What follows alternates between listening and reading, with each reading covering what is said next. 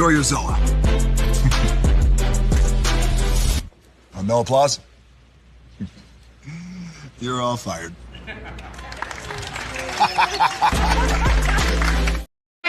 Hey, good morning, America.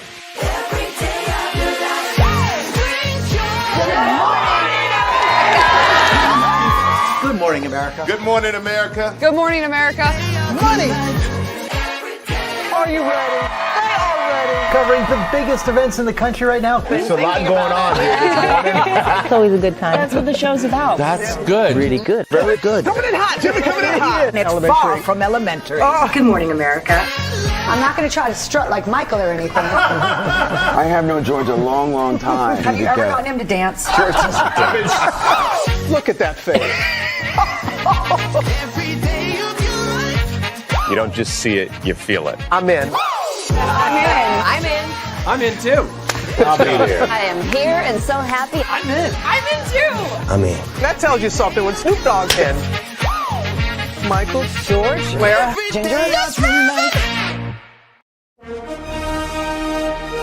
Prepare for a journey beyond imagination, beyond belief, beyond anything you've experienced before. Universal Epic Universe, a new theme park where you'll step through extraordinary portals to 5 immersive worlds. Prepare for a cosmic voyage of discovery, an isle of fire-breathing excitement, a shadowy world of monsters and mystery, new wonders in the wizarding world, and a new way to play. Plus the splendor of a magnificent resort hotel overlooking the park.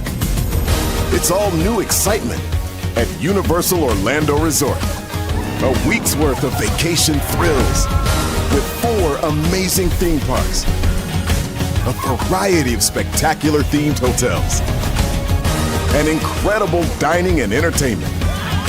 It's all at Universal Orlando Resort, where you'll find new adventures every day. Explore the astonishing worlds of Universal Epic Universe at Universal Orlando Resort.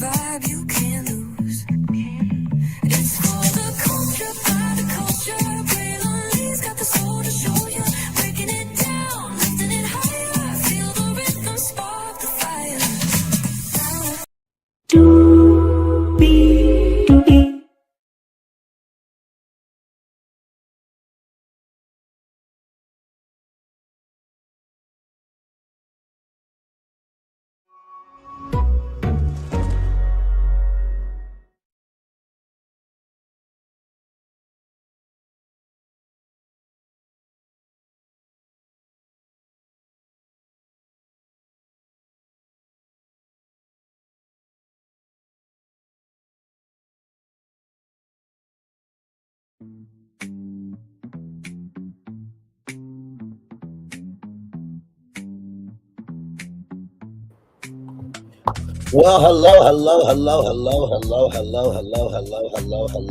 to you, and you. Welcome into another edition Brainley's virtual tour live. Glad to have all you here in the building with me upon this morning.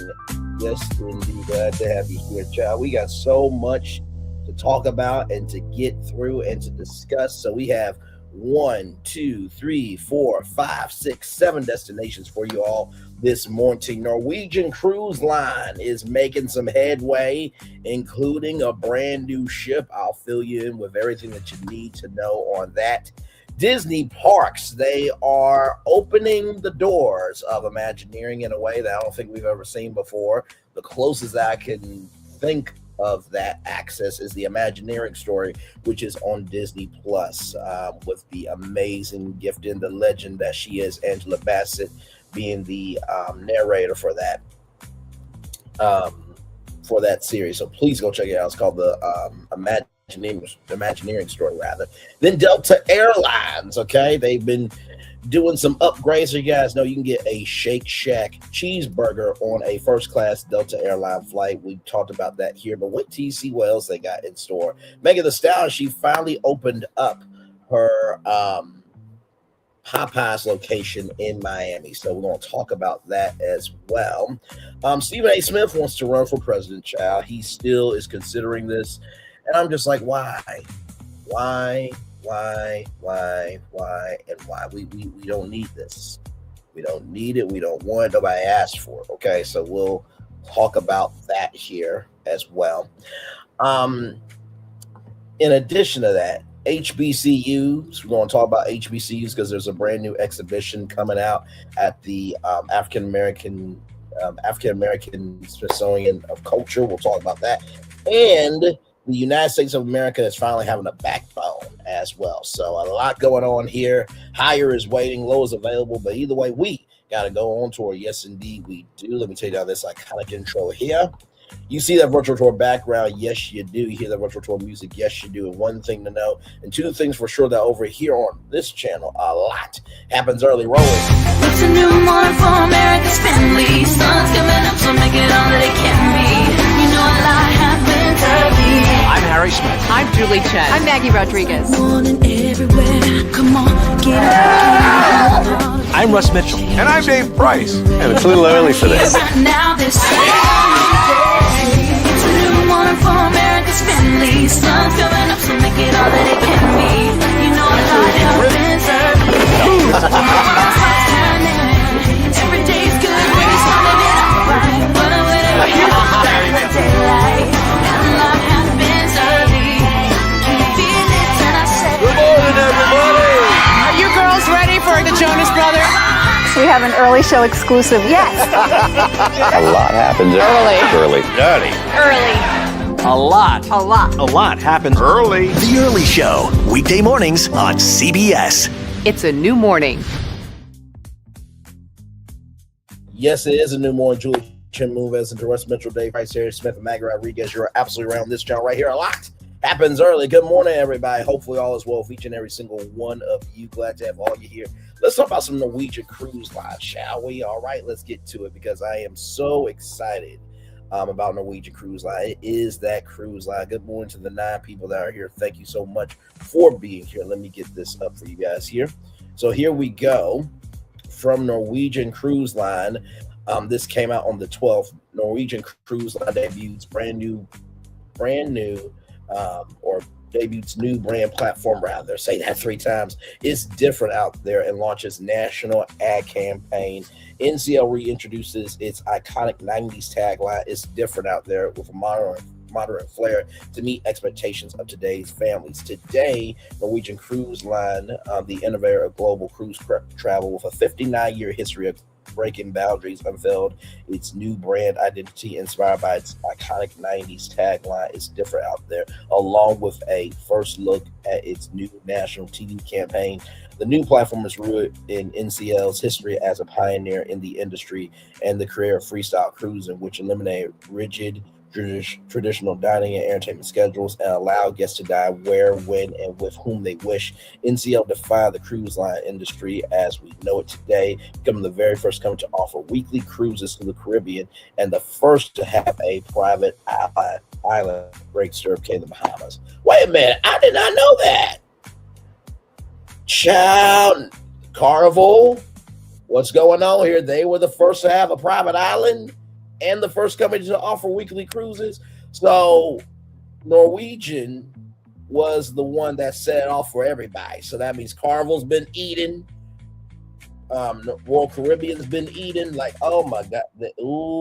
That's so messed up. But it's okay. It's okay because you recognize what you have done for your own brand. That is, I did not know that. The new positioning celebrates the disruptor mentality that has always set NCL apart and is now reimagined for travelers who value curated experiences, flexibility, and meaningful time with their loved ones where they can be fully present. Developed in partnership with Arnold Worldwide, the refreshed brand platform reframes what cruising can feel like and leans into a world where memories matter more than offerings. The freedom to be fully present is the ultimate goal of any vacation, replacing the industry's obsession with scaling up and attraction overload. This is a pivotal moment for Norwegian Cruise Line. We're not just launching a campaign, we are re-anchoring our brand, the values that have always set us apart, freedom and flexibility, said Karen Smith, Chief Marketing Officer of Norwegian Cruise Line. For nearly 60 years, NCL has been an innovator, and this transformation honors that legacy while meeting the expectations of today's guests. Delivering on this vision takes trusted partners who understand our DNA, and Arnold has helped us bring it to life in a way that is authentic and unmistakably NCL. The centerpiece of the national effort to bring the new brand identity to the masses is a breakout TV campaign for all marine time. A cinematic narrative celebrating travelers who rejected outdated norms and embraced the freedom and flexibility NCL is built for. For as long as people have sailed around, there have always been those who have longed for a little more flexibility. The film follows that spirit across maritime history, spotlighting the intrepid sailors who had never fit neatly into any stuffy nautical tradition. So here is the commercial right here, guys. Here we go. On this ship, you represent His Royal Majesty and shall dress accordingly. Sorry, is there any leeway on the uniform? It's so itchy. It's a wool. I mean, what genius thought of wool at sea and these shoes? We were thinking flippy floppies, perhaps. It just lets the toes breathe. That's just an idea. Think about it. No! Right. Flip-flops, cool? Very cool. Right this way. Wow. Norwegian Cruise Line. It's different You out know here. what? I really like that.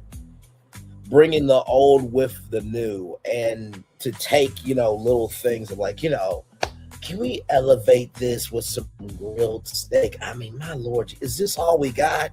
And showcasing how it's different out here from back in the day. Very well done. I like that. I like that a lot. The new campaign, which spans TV, out of home, OOH, digital, social, and radio, also introduces a completely new look and feel for the brand that is focused on showing the cruiser's point of view, not just the amenities on board. The new visual identity evokes freedom with its airy, fluid, and uncluttered design that gives it a sense of presence in the current moment. Cross channels, the creative reclaims a differentiated position in a category where everything has started to look the same. This is a pivotal moment for Norwegian Cruise Line. We are not just launching a campaign, we are re-anchoring our brand, the values that have always set re-anchoring our brand in the values that have always set us apart, freedom and flexibility. For nearly 60 years, NCL has been an innovator, and this transformation honors that legacy while meeting the expectations of today's guests. Delivering on this vision takes trusted partners who understand our DNA, and Arnold has helped us bring it to life in a way that is authentic and unmistakably NCL. Karen Smith, Chief Marketing Officer of Norwegian Cruise Line. The new platform is different out here. Debuts at the start of a historic year for Norwegian Cruise Line as the company is set to launch its 21st ship onto its fleet, Norwegian Luna, in March, as well as open new enhancements to its private island in the Bahamas, Great Stirrup Cay, including the introduction of Great Tides Water Park this summer, among other exciting milestones. For more information about the company's award-winning fleet and worldwide itineraries, or to book a cruise, please contact a travel professional or call 888 NCL Cruise. That is 888-625-2784. That's 888-625-2784. That's 888-625-2784, or visit ncl.com. Okay, so here is brand advertisements here. So you got your factory settings right there. reset your factory settings. Out here, the memories make themselves, and then a vacation shouldn't be able to tell time. So, yes, indeed, there. Now, I want to show y'all this here, because this is what y'all have been seeing on this channel. And introducing the greatest escape in the Caribbean, the island you've been waiting for. Welcome to the Great Life on Great Stirrup Cay. This is the greatest pool you've ever seen life, 28,000 square feet of it, and the epic water park life. It's where you can truly experience the whoa life and the floating through paradise life. It's time to escape to a mind-blowing, sky-high tower of water slides and the Here We Go life. Escape to the one more please wherever you please life and kick it into high gear. Escape to where you can kick back and relax. The great life is waiting. Escape to the incredible new Great Stirrup Cay, only with Norwegian Cruise Line. Introduce. So yes, indeed. Now the lagoon is open at Great Stirrup Cay right now, but the water park and the other enhancements will be happening later on this summer in 2026. Now, as we move on here, they debuted, or announced the sale for its largest and most illuminating ship, the all-new Norwegian Aura. Norwegian Aura is now available to book, with first voyages setting sail in May 2027. NCL's next cutting-edge ship will home port in Miami, offering 7-day Caribbean sailings with cost to Great Stirrup Cay, the island you guys just saw, the brand's newly enhanced private island in the Bahamas, Ocean Heights, and open-air activities complex, to debut as the hallmark onboard attraction curated for multi-generational families, with the most slides of any NCL ship, thrilling ropes course, overhanging cabanas, and more. So here is that new ship, and roll it. Different. Doesn't even touch the surface. The all-new Norwegian Aura, with our first ever multi-level open-air oasis. Ocean Heights, made for smiles of every size. Find all the space to connect and disconnect. From one horizon to the next, residencies on board. the journey is all about discovering what's out here. Norwegian Aura. It's different out here. Well done. Hang on. Let's go back for a minute. So, now I'm oh my God. This is okay. So you see this bar here, and it looks like this is into the artwork. You see the actual stone there. This is some work here. Now that looks like it's going to be games right here of some kind. Oh wow, this is something special. Now, of course, this might be the Tides pool here. And all these water slides here. Oh my God. I'm not seeing the go-karts though. Or maybe they're gonna keep the go-karts on the other ships. Oh, wow, this is something here. Hang on. Different. Okay, right there. That's what I wanted. Go back. So you got a little play area here for the kids. And then you got the ropes course right here with an arch on board. And by the way, I love how they're bringing color into this ship naturally, like the blue with the sand colors. I really like that. That's a nice one.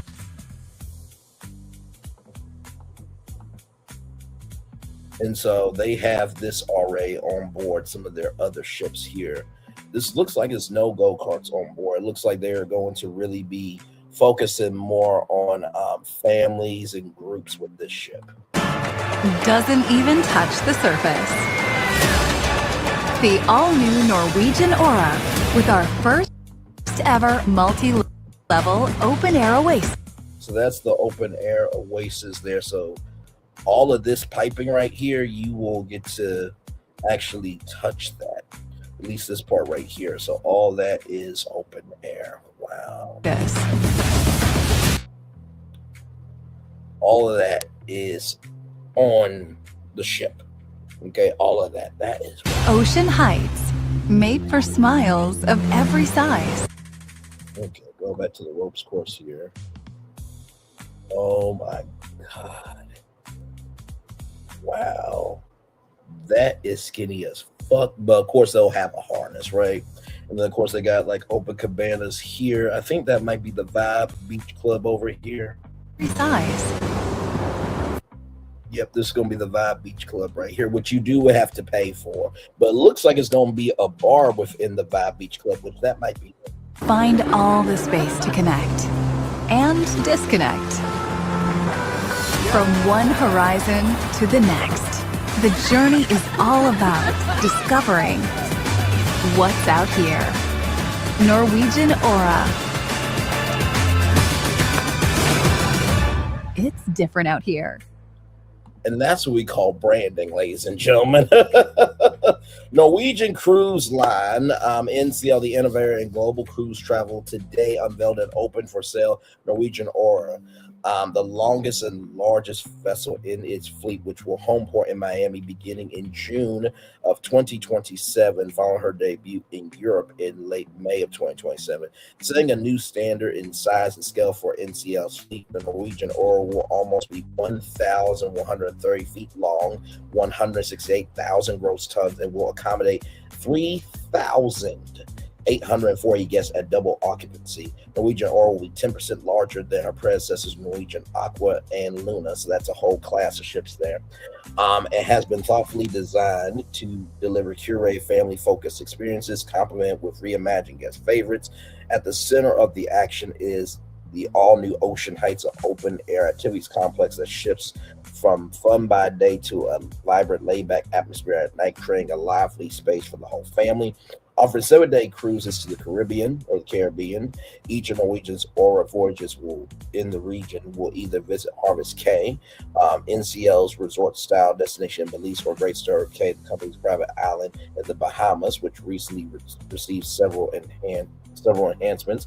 As of late 2025, all new guest experiences opened on Great Stirrup Cay, including the Great Life Lagoon, a sprawling pool area with swim-up bars, premium loungers, and a dedicated kids splash area, as well as the Vibe Shore Club, an adults-only area with a private bar and premium lounge seating. Later in 2026, ahead of Norwegian Aura's 2027 sailings, the island will debut the nearly 6-acre Great Tides water park with 19 water slides. Yeah, industry first cliffside jumps and a dynamic river, as well as new adventure excursions. We are proud to introduce the newest and largest addition to our fleet, Norwegian Aura, says Harry Salmer, President and Chief Executive Officer of Norwegian Cruise Line Holdings, Ltd. Norwegian Aura represents the evolution of Norwegian Cruise Line and the celebration of bringing together families, friends, and travelers from around the world. With brilliance and connection at her core, the ship was created to give all guests the freedom to vacation their own way, offering the chance to exhale, connect, and effortlessly escape into the moment. We look forward to this next milestone. Can't wait for guests to experience all that Norwegian Aura has to offer. And so there's the statement right there. So here is the standout features and itineraries, okay? Ocean Heights, multi-generational fun and adventure, spanning decks 18 to 21, so 18, 19, 21. 3 decks. The first in its fleet, Ocean Heights, will be the ultimate hub for fun, action, and relaxation for the whole family. The Sprawl Activity Zone will combine brand new attractions for NCL with reimagined favorites, transforming from day to night using immersive lighting and LED projections. Norwegian Aura will boast the most slides of any NCL ships, with 5 located in the sweeping open-air complex. Ocean Heights Eclipse Racers are the brand's first dueling mat racer racer water slide stretching over 400 feet for exciting head-to-head competition for illuminating wet and wild fun and two-group slides. For more thrills, guests can head over to Aurora Freefall, a drop-in body water slide where the floor opens up below and plunges guests down 250 feet of exhilarating twists and turns. The wave is the lowest water slide, a pendulum-style raft attraction that accommodates groups up to 4 guests to ride together through 300 feet of pure fun. And lastly, the returning guest favorite, the drop, is a Prima class signature dry slide that rushes down 10 decks from deck 18 to 8. Oh my God, that, ooh. Well, I mean, if there's a restaurant at the bottom of A, I guess it's a good way to get there quickly, right? So if you don't want to go all the way down, hey, you know what? I'll meet you at the bar. I'm going to just go on the drop to meet you there. Paired. Designed for adventure seekers, Ocean Heights will also feature a 2-foot Aura ropes course complete with exhilarating challenges paired with breathtaking top deck ocean views. Additional experiences include a 25-foot rock climbing wall, Aurora Midway, and amusement park style outdoor area where guests will be able to enjoy a variety of carnival games like we saw there. I thought that's what it was. A 9-hole mini golf course in NCL's first ever overhanging private cabanas overlooking by beach club and a bar for guests to sip on their favorite beverages. Okay, so I was right about that. Okay, awesome. So here, can we get it? There we go. Good Lord Jesus. Oh, that's the overhanging cabanas right here. Okay, those are the cabanas right there. Okay. And then there's the ropes course right here. The fact that they got all this open is so crazy to me. Oh my God. I mean, they have to have some great engineers to get all this together. You thought go-karts was something? No, slides are another. And look at this. This is the Ocean Heights rendering. So you can literally have a margarita while your kids and your husband or your wife or whoever is above you. And look at this. I think all this is LED. And I'm assuming that this is all going to be like glass, I'm assuming here. Although it would be cool if these were like LED. That would be really cool. Now that looks like an LED arch there. But I do love the blue with the sand colors and the LED monitors. That is really cool. And then here it is at night. Oh my God. Look at this. This is going to be at nighttime. Oh man. Can you imagine the kids want to go on this at night? Even the big kids, right? Oh my God, that's amazing. Ocean Boulevard caters to all, from hot tubs and to kid and teen hubs here.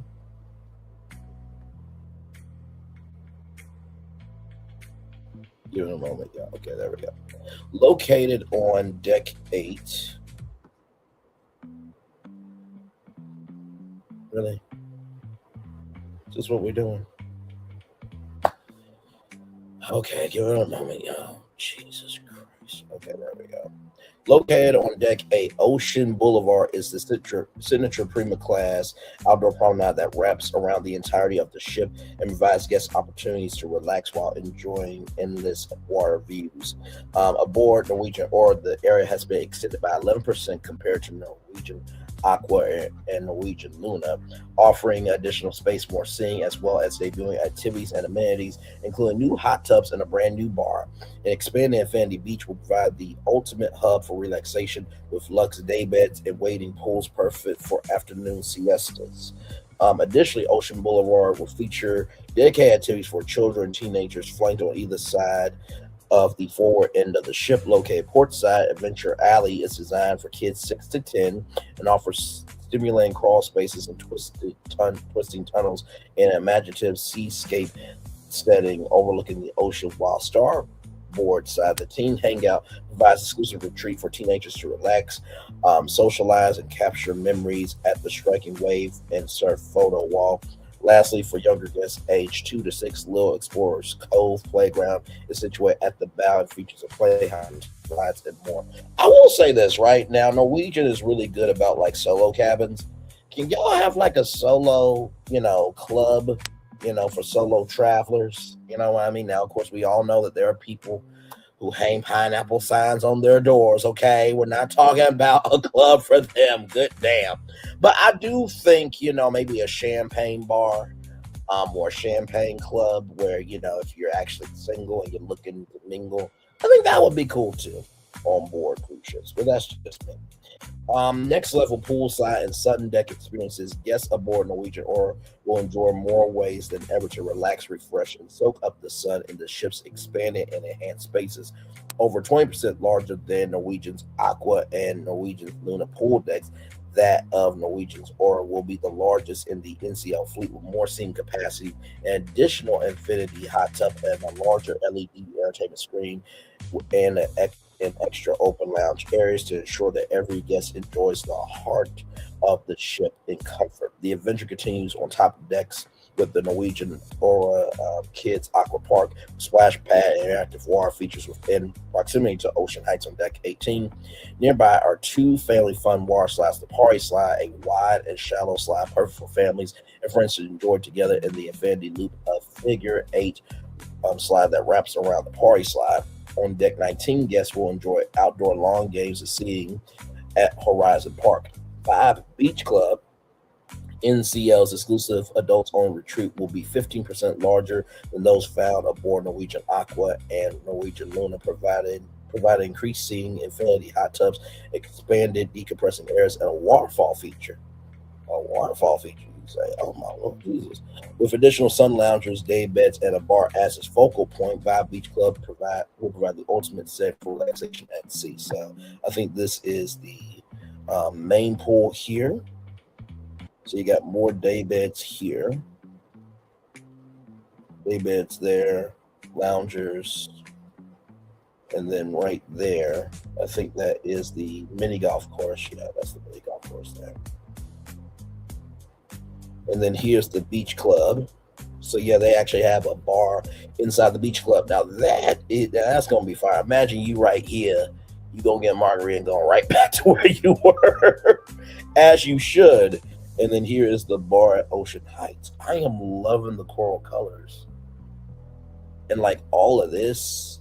Now I'm assuming that that's going to be LED, right? And they could change the colors to like orange in the day and then blue at night, but it looks like from here it's going to be like an LED installation, which that looks really, really cool. And then the Haven, oh my Lord, of course, if you don't know about the Haven, it is one of the classiest, nicest, like, think about Carnival Cruise Line's Havana cabins and times that by 10. That's what the Haven is. The Haven by Norwegian offers elevated excellence at sea. Norwegian Aura will boast 1,976 staterooms, ranging from studios to suites, which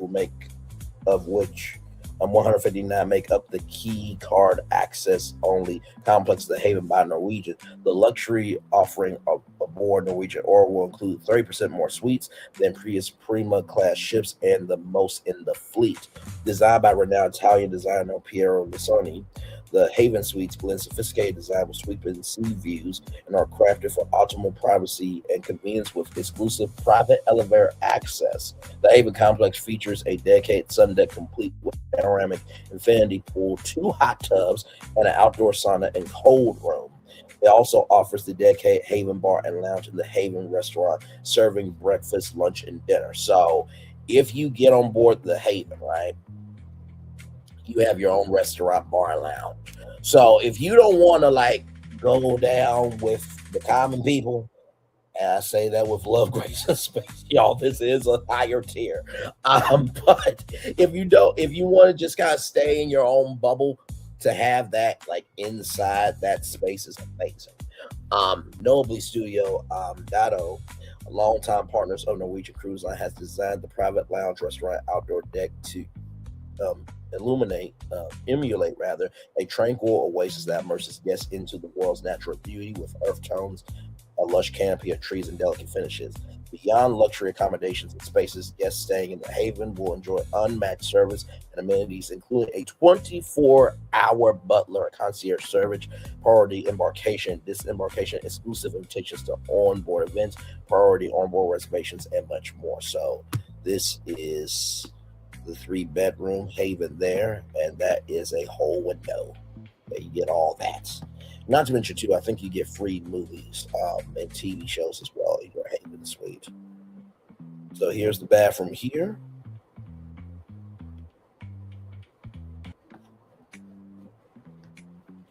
And then this is the entrance with a staircase. Okay, listen, we don't play around here. Yes, indeed, there. So then they have the whole art, which, by the way, let me go back here. Let me go back up.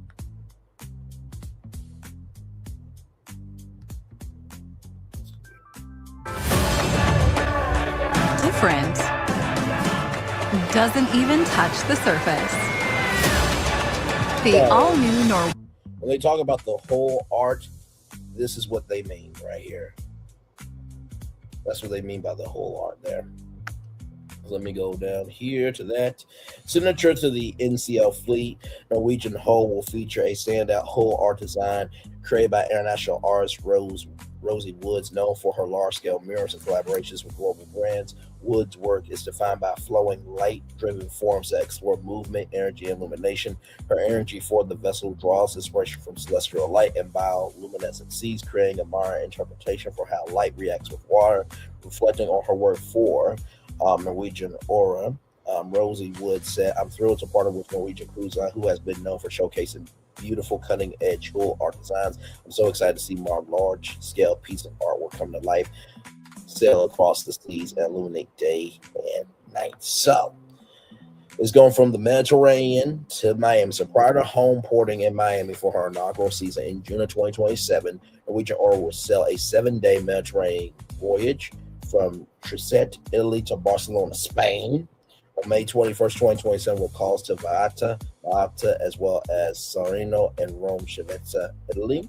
Following her 14-day transatlantic voyage, she will commence her season of Caribbean cruises from Miami from June 2027 to October 2027. Norwegian Aura will sail 7-day Eastern Caribbean or Caribbean voyages with calls to quintessential island destinations, including Puerto Vallarta, Dominican Republic, St. Thomas, U.S. Virgin Islands, Torrata, British Virgin Islands, and the brand's newly enhanced private island in the Bahamas, Great Stirrup Cay.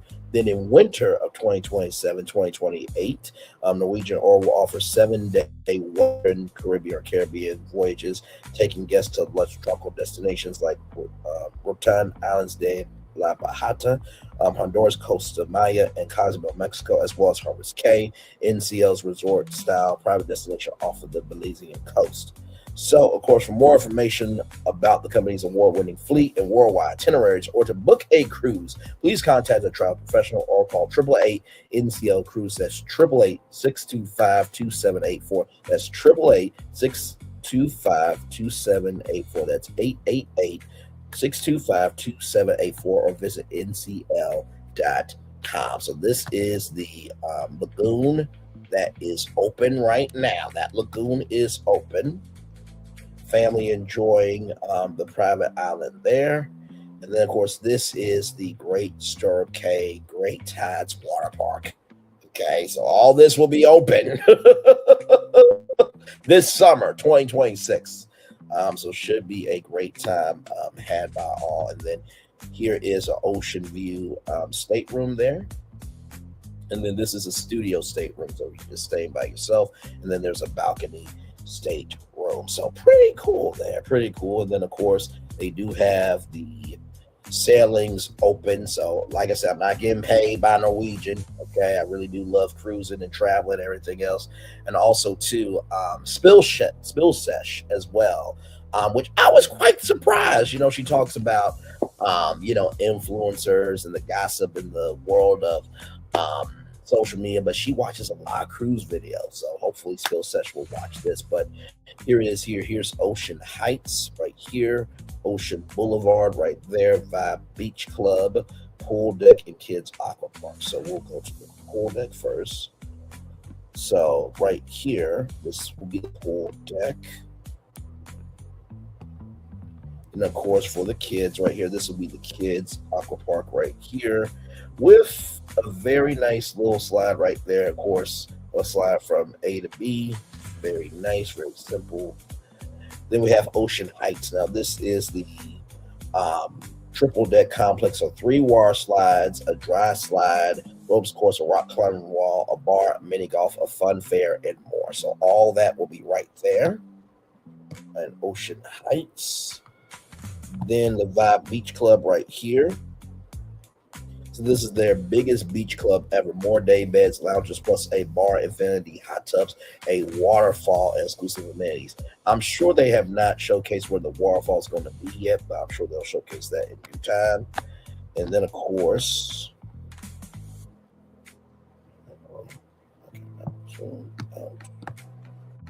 oh, no, that's not what I want to do. Okay, give me a second.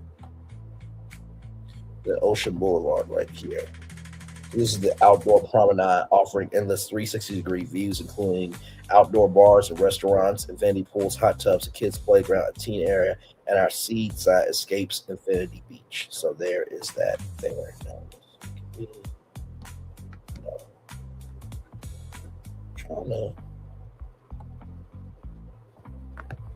There we go. That's what I wanted. Okay, cool.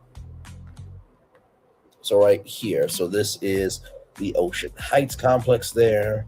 There's Ocean Boulevard. There's the Kids Aqua Park. There's the Vibe Beach Club. There's the pool deck, water slides. So 6 water slides altogether. And then here is, I think this might be the same video. Yeah, it's the same video.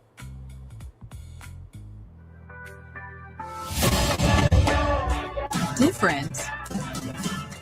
Doesn't even touch the surface. The all-new Norwegian Aura with our first ever multi-level open-air oasis. Ocean Heights, made for smiles of every size. Find all the space to connect and disconnect. From one horizon to the next, the journey is all about discovering what's out here. Norwegian Aura. It's different out here. Yes, indeed, there. So this is the whole artist here. And then, of course, right here, very affordable prices there. So you literally can get it for $1,263. That's a 5-day. 7-day, a little bit higher, but not bad. $1,319 there. So now this one right here, from Barcelona to Miami, okay, $1,599. That's not a bad price. Go from Barcelona, Spain to Miami, okay? So there's all of that. If you need more information, just head over to ncl.com, all right? So that ship will be selling in 2027. Greatstar OK will have all of their new updates by summer of 2026. All right, y'all. More Brantley's Virtual Tour Live coming up right from this space right here, right now. Now, of course, we're going from Norwegian Cruise Line. Excuse me, y'all. Oh, my God. We're going from Norwegian Cruise Line to Disney now.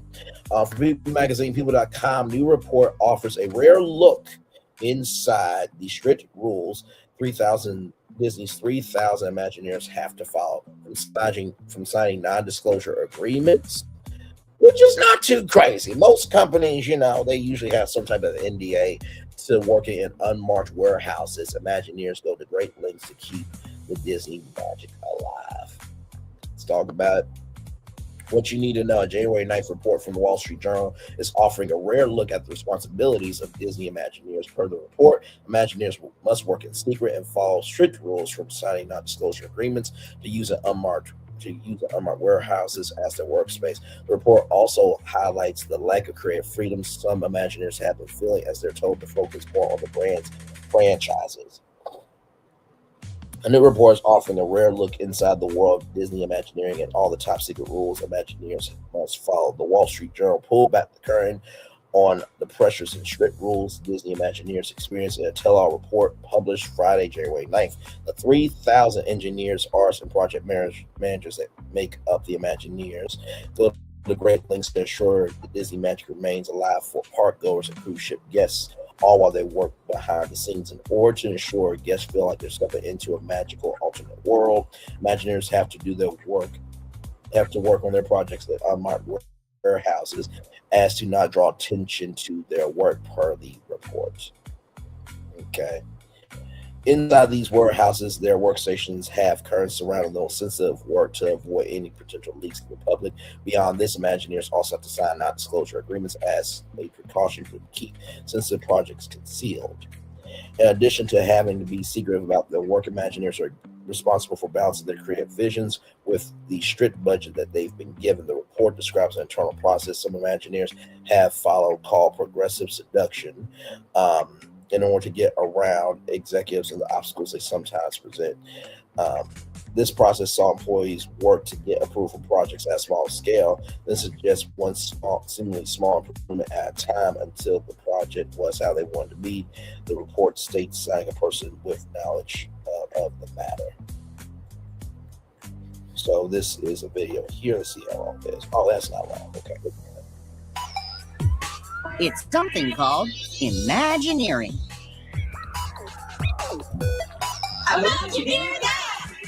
Any questions? Oh, they brought back Tom Morrow. Oh, for those of you who don't know, Tom Morrow was a huge presence in Tomorrowland. Okay, that's cool. So, how about we answer your question today? Do I ask my question to you or? Turn to that camera. Oh, hi. How do Imagineers make mountains? That is quite the quarry. Let me show you. Do I come with you or? Cool. I'll stay here. And Michelle, he runs it. You just exist. So. On the fort. You know, I think Tammy, one of our rockwork engineers, might know this answer. Tammy, it takes nature millions of years to make a mountain. How do you make it look so easy? Our process takes a lot of time too. First, we have to figure out what kind of mountain we're making. Is it a real one like the Matterhorn or something more fantastical like the floating mountains from Avatar? Either way, we start with a lot of research. Once we figure out what elements we want to include, we build a miniature model. Aw, adorable baby mountains. Reminds me of the time someone said I should be a little bolder. From there, the models are scanned, and then I lay out the steel that's going to become the mountain's steel skeleton. Bent rebar, lath, and concrete plaster are then attached to the steel to make it look like rock. And that's it? The final step before it looks real is finishing, which is when artists carve and paint the concrete plaster to make the rockwork look just like a real mountain. What's one thing people don't think about when they see Disney mountains? I think a lot of people don't realize how much is integrated into our rockwork. So things like lights, speakers, and plants really help bring the magic to life. Tammy, not to get too sentimental, but thank you. You truly are a rock star. There you have it. Now, I hope you won't take Disney mountains for granted. Be sure to like and subscribe for more Imagineer That. And if you'd like to get your question answered, leave it in the comments below. We'll try and answer as many as we can, even if it takes years. Not Tom Any Morrow questions? shading Tom? Disney. How do I get my question answered? Guess we'll just have to watch the episode. Yes, indeed. There, despite wanting to develop more original concepts, they've been told to focus on franchises, especially after Bob Iger became CEO of the Walt Disney Company in 2005. Iger later returned as CEO in 2022 after briefly stepping down in 2020. The report highlights Disney's upcoming Villains Land as a project many Imagineers are most excited about, as it is the closest thing to original land at Disney U.S. parks in 25 years. This is because it's not based entirely on a specific film, but will still incorporate familiar favorites like The Little Mermaid's Ursula, Snow White's Evil Queen, Aladdin's Jafar, and many more. Disney first announced the new land, which will be expansion of the Magic Kingdom at the Disney Experiences Showcase at D23, people previously reported. Walt Disney Imagineering President Bruce Vaughn told Wall Street Journal that Disney Imagineering is currently in its most ambitious period. Really? This is the most ambitious y'all have ever been? Wow. Okay, then, I guess. And we're going to, that was so shady. Stop it, Braylon. And we're going to ramp up and reignite Imagineering culturally. You know, maybe y'all could have I don't know, what is it called? A content creator panel or content creator board where it's like, these content creators have to sign the NDAs. They got to walk into, you know, the unmarked buildings. And, you know, you can have people like myself, Florian Phil, and La Renee Creole, and other people who know what it is to be creative, because y'all are allergic to creativity at this point, because I'm not believing shit until I see it. But to have a board that you guys can check in with throughout the process. I mean, you got the moms panel already. Disney Parks, you know, moms panel, I believe they have that. But there needs to be more of the fans interjected into Disney. Now, I know there's the pixie dusters that doesn't want anything to be changed. Good Lord Jesus. Walt Disney has always said that this quote was for Disneyland, but then it just kind of took on a life of its own. That, you know, Disneyland will never be complete as long as there's enough imagination left in the world to really put that quote and just splashed it all over Disney. Which, I mean, it makes sense, but you know, it is what it is. And we got a tremendous amount of investment coming through. This transformative period comes amid Disney's massive $60 billion investment in its theme parks and cruise ships through 2033.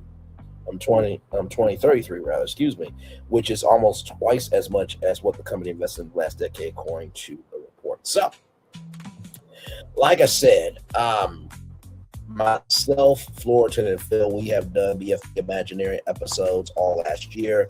A great time on of those this year. We just got to find the right project, or projects rather, to bring to you all, because it takes a lot of time, energy, and commitment. Now, of course, we're not Walt Disney Imagineers, but we do a lot of work to make sure that whatever we bring to you, it could happen in reality.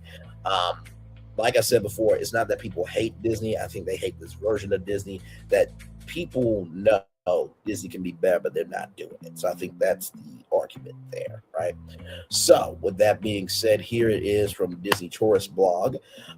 11 surprises revealed about Walt Disney Imagineering's comeback after cutbacks and costly mistakes. So right here, 3 years ago, we wrote that it would be the year of cleaning up Chapek's costly catastrophes and gave several examples of things that needed fixing from in-park at Walt Disney World to get satisfaction to Imagineering morale. Oh, how naive we were. Getting the Parks and Resorts or Experiences division back on the right track will take much longer and remains a work in progress as of 2026. Things are very clearly trending in the right direction, though. We've learned as much during conversations over the last year plus and witnessed it along with everyone else during public presentations, what's changed and been announced since. From the outside, the shift became visibly less than a year after Chapek's ouster with announcement that the company planned to invest $60 billion in turbocharging its parks and resorts over the next 2 years, and was cemented by the blockbuster D23 Expo that followed. I say blockbusters in the eye of the beholder. I think Epic Universe, kind of took the wind out of the sails of Disney. But hey, that's just me. Turbocharged growth quickly became a punchline with the fans, especially over a year later, as zero shovels had still yet to hit soil. Fast forward to early 2026 with Earth moving on multiple major projects on both coasts. The joke isn't as funny.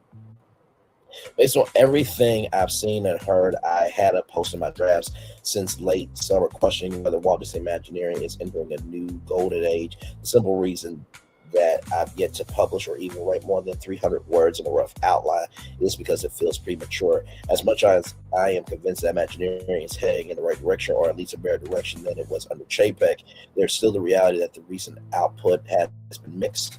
That Imagineering has lost a lot of institutional knowledge, and that's something that money can't buy. I've been saying that there needs to be a Walt Disney Creatoratory where myself, Florentine, Phil, Lon Rene Creole, and others, including Mickey Views as well. He's a great content creator, and Ricky Blog and many others in the content creator space of theme parks. We can work there by looking at what has been old at Disney.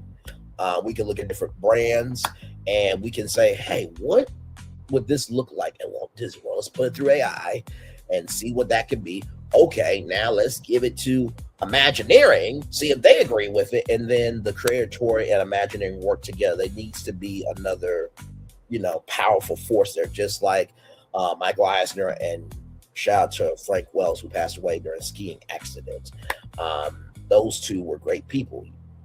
Michael Eisner was the creative head, and Frank Wells was the financial head. But Frank Wells also understood Imagineering, and he understood that, okay, well, this is going to take some money, but I see the creativity. So Frank Wells not only cared about the finances, but he cared about the creativity, and the creativity matched with what they were asking for in terms of money. Then there you go. So it was a Walt Disney Roy Disney partnership there. And that's, there's still a lot of the confidence in results that are only okay. That's the average age of Imagineers has dropped sharply since 2019. This guy here, Bruce Vaughn, has returned. Some of the many positives. Some of the many positives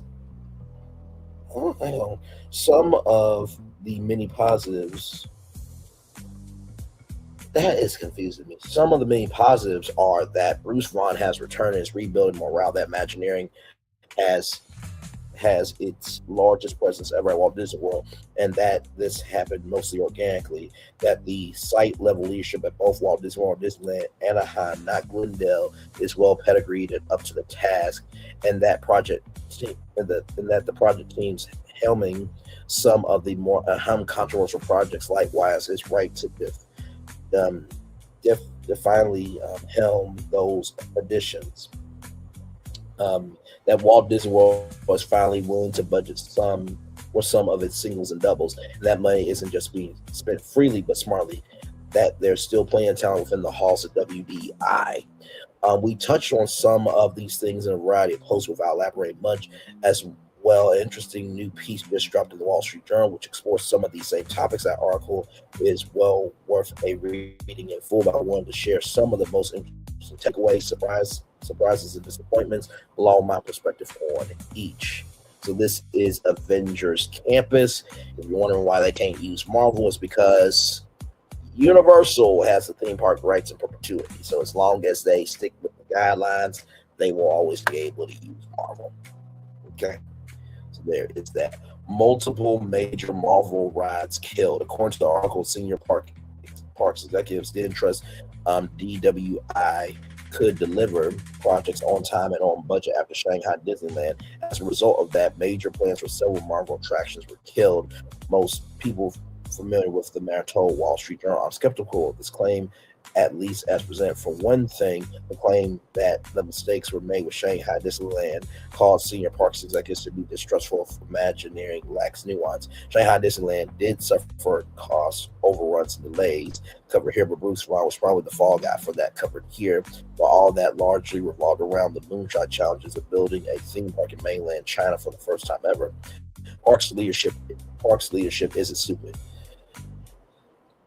No. Well, you said that, not me. I believe differently, but that's neither here nor there. They realize that there are obvious differences in building between building in China and Florida. Although Shanghai Disneyland didn't result in austerity measures in the domestic parks and short-term pullback in spending, that wasn't about a lack of trust, at least not exclusively. The problems in China were uniquely to the locality, and if they weren't, the big spending on Shanghai Disneyland was long ago vindicated. Epic Universe owes a debt to Shanghai Disneyland. I'm not even kidding. As for the specific claims about Marvel attractions being killed, at least 2 of those are a matter of public record. When it comes to those, my understanding is that factors other than budgetary trust were at play. There's also the reality that Cosmic Rewind, which had absolutely blockbuster budget, came after Shanghai Disneyland instead of more modest alternatives. Given the totality of circumstances unrelated to trust, I'm honestly surprised that so many Marvel projects have progressed through the pipeline.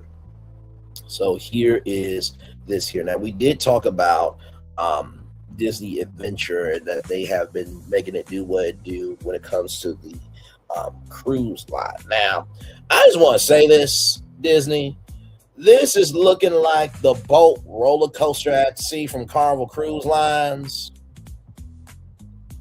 Okay.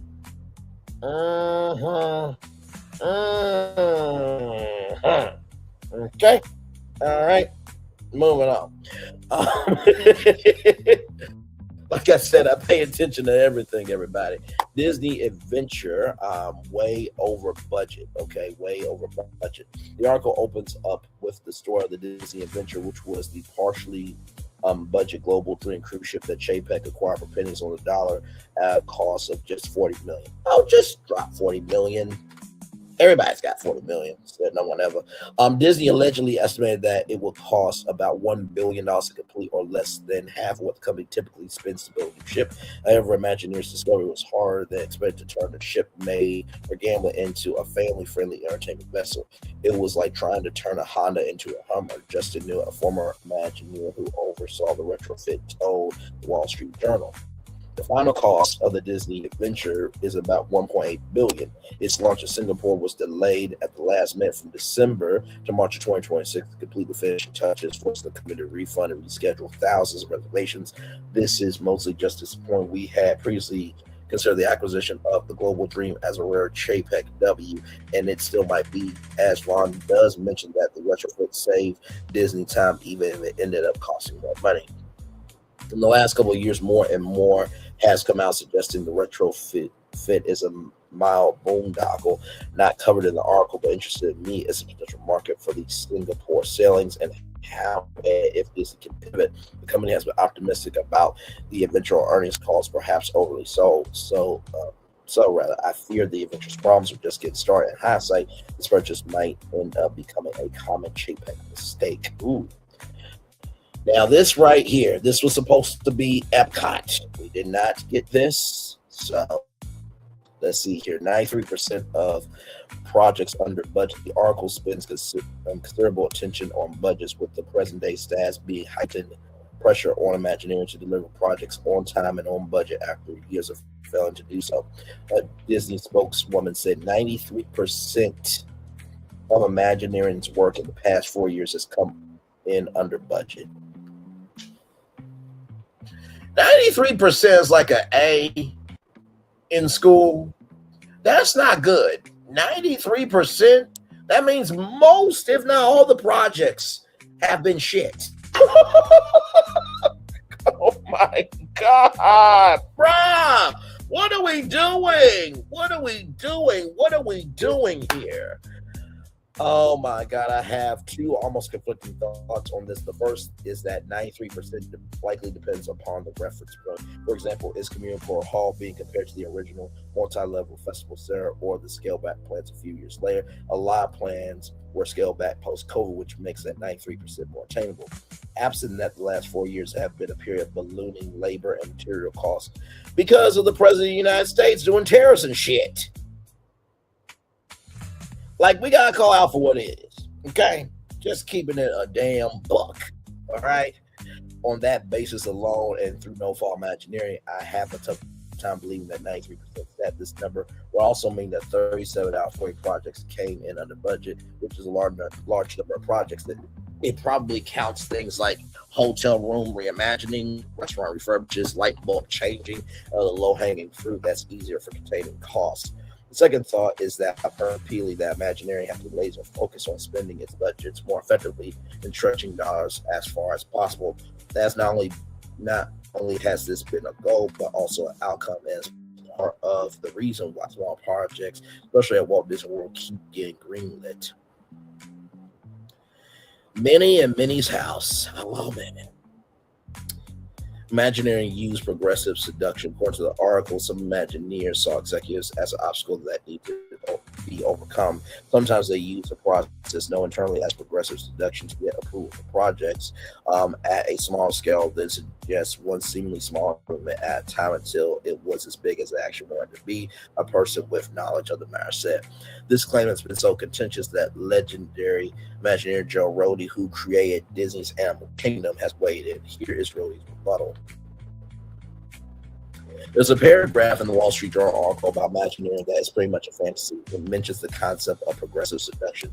This refers to the notion that a team presents a project with a reasonable budget, but fully intends to escalate the budget by adding scope and misrepresenting the true cost of its original scope. I saw this happen once in 4 years. Once. Decades ago, I was a very junior member of a team, and the producer attempted to grow the scope and budget by almost 30%. I was standing there in the meeting by the project mall where we were told to cut the entire third of the project mall off, truck everything it represented, and build what was left. I will not say whether that project went to completion, but I will say that it is psychotic to believe that person will keep their job after delivery, deceiving the key executives of a major company to the tunes of hundreds of millions of dollars, and strangely naive for a business journal to report it as if it could be true. I've been in charge of projects that have gone over budget, been on budget, and come in below budget. In all cases, the general progression is that a reduction in scope from the initial concept. Projects run over budget because of a combination of market forces, what require changes in program after capitalization, the unpredictability of technical innovation. Because there's already a cultural predisposition to imagine ours as irresponsible, it is exceedingly unproductive for designers to behave as such, and the result is not some tricky triumph, but the complete loss of authority over the project. I would not want any young designer to think that progressive seduction was a legitimate form of design behavior recognized by anyone, nor would I want a young business manager to suspect that this was the case, because it will lead to unproductive relationships within a team structure. I have no idea who the interview source was for this information, but it is described in a rather journalistic, evasive way as a person with knowledge of the matter. I will contend that this is unlikely. Damn, Joe Rohde. Damn. He really went there and said, this is a bunch of bullshit. Even before Rohde's response, that line struck me as a caricature of the creative process that lead into time tropes about executives and Imagineers, almost like weird fan. Oh, come on now. There we go. Almost like weird fan fiction that Disney diehards would write on forums. So here is the world of Pandora for the West Coast there. This is California Adventure, rather. I can't say it better or with more credibility than wrote about what I will add that this erroneously assumes that the engineering teams responsible for these pitches are ours exclusively, that they are putting their creative craft above all else and colluding to deceive management to the detriment of their own future career prospects. Like any conspiracy, it falls apart under any degree of scrutiny when you consider how many people would have to maintain a lie to make it work. People with families who need to put food on the table and probably can't afford to lose their jobs for the noble goal of over-delivering on a pet project to make fans happy. For whatever it's worth, the version of this story that I've heard is essentially the opposite of this, purposely including bloat in budgets and superfluous elements for the sake of having something to cut when the inevitable happens. While I don't believe this practice is widespread for the same reasons as identified above, it strikes me more as directionally accurate, knowing Disney's process in the project pipeline. Multiple Millennium Falcon's missions axed. Millennium Falcon Smuggler's Run in Star Wars Galaxy Edge was allegedly designed with 5 different missions, but only opened up one due to budget and time constraints. I'm skeptical of this one as presented, while I don't doubt for a second that there was an early pitch or Blue Sky proposal for Smuggler's Run to be more Star Tour style with multiple missions or scenarios. I don't believe for a second that there are 4 other missions sitting on a shelf somewhere in various states of completion. Imagineering would have had a reasonable idea of cost for creating each mission pretty early on in development. If there were concrete plans for multiple missions, a cut would have likely reduced that from 5 to 3, not 5 to 1. Moreover, we would have seen 1 or more dusted off in lieu of the upcoming Mandalorian and Baby Yoda mission. Disney knows that the gameplay of Smuggler's Run isn't a runaway hit. If other missions exist, they would have been used by now. Right here, Chapek focused on cost cutting, and he did. Bob Chapek will focus on keeping Imagineers on time and on budget. He believed WDI had been allowed to operate without the same discipline required for the rest of the company. This was supposedly an unwelcome culture shock for many engineers. Among other things, Chapek replaced co-heads of Imagineering Bruce Vaughn, Craig Russell, with another veteran Imagineer, Bob Weiss, and brought in new people to manage costs. Senior financial executives were visiting WDI daily, sitting down to approve or disapprove budget items, even tiny ones line by line. Weiss wrote this in his memoir, Dream Chasing. The article shares that Shanghai Disneyland cost nearly $2 billion more than originally estimated and opened a year later than scheduled. The Pandora the World Avatar cost $1.2 billion compared with an original budget of $850 million. Later in the piece, Vaughn offers an indirect defense. We are very disciplined and we manage the budget and schedule, I think, excellently. He explained that the challenge is there's not a science to this. We don't ever build the same thing. So there is Bob Chapek in 2020 for Investor Day, and we all know 2020 was COVID. Chapek being a cost cutter is hardly breaking news. It's such common knowledge that I almost dismissed this entire WSJ article as another Chapek smear piece, fun and accurate as those are. We've been down that path countless times. This time, the Chapek complaints seem more incidental. My guess is that the article's author heard a lot of ranting about Chapek when interviewing current and former Imagineers. There's no love lost there. If anything, one of the aims of the article at the Imagineers' perspective is to demonstrate that it is a more efficient and fiscally responsible organization and less mistake prone, that they are still dreaming big and pushing the envelope, but are also capable of restraint and deploying budgets effectively. Based on conversations I've had, I believe all of the things above to be true, but the jury is still out on whether this goal translates to real results. It's one thing to deliver Beacon Barrel or Test Track 3.0 on time and budget. It's another entirely to do the same thing with Piston Peak on Pandora 2. Imagineering is sincere in this goal, but I'll still believe it when I see it. I can't imagine it's easy with these complex projects, as if it's not as if WDI in the past has mindlessly spent money and it's just now getting its head out of the clouds. There are valid reasons projects like this routinely go way over budget and have for years. So here it is here. Tomorrowland Reimagining rejected. According to the article, proposals by Imagineers to refurbish Disneyland's aging Tomorrowland was also turned down as executives calculated it wouldn't do enough to increase the attendance. So here's the thing, right? I believe that executives need to stay executives and creatives need to stay creatives. It's very rare that you have a creative executive that understands both sides like myself. I understand that without money, right, we can't do anything creative. Without any creative vision, right, without anything creative to bring in people, we can't make any money. So one doesn't work without the other. It's yin and yang. And a lot of people have been asking for a Tomorrowland reimagining. And so you would think that, wait a minute, okay, let's do our research with our marketing team. Let's ask fans what would they want in a Tomorrowland reimagining, campaign. I mean, if we could create a campaign of reimagine Tomorrowland, what would fans want? Disney can be more. They just decide to be shit. Okay.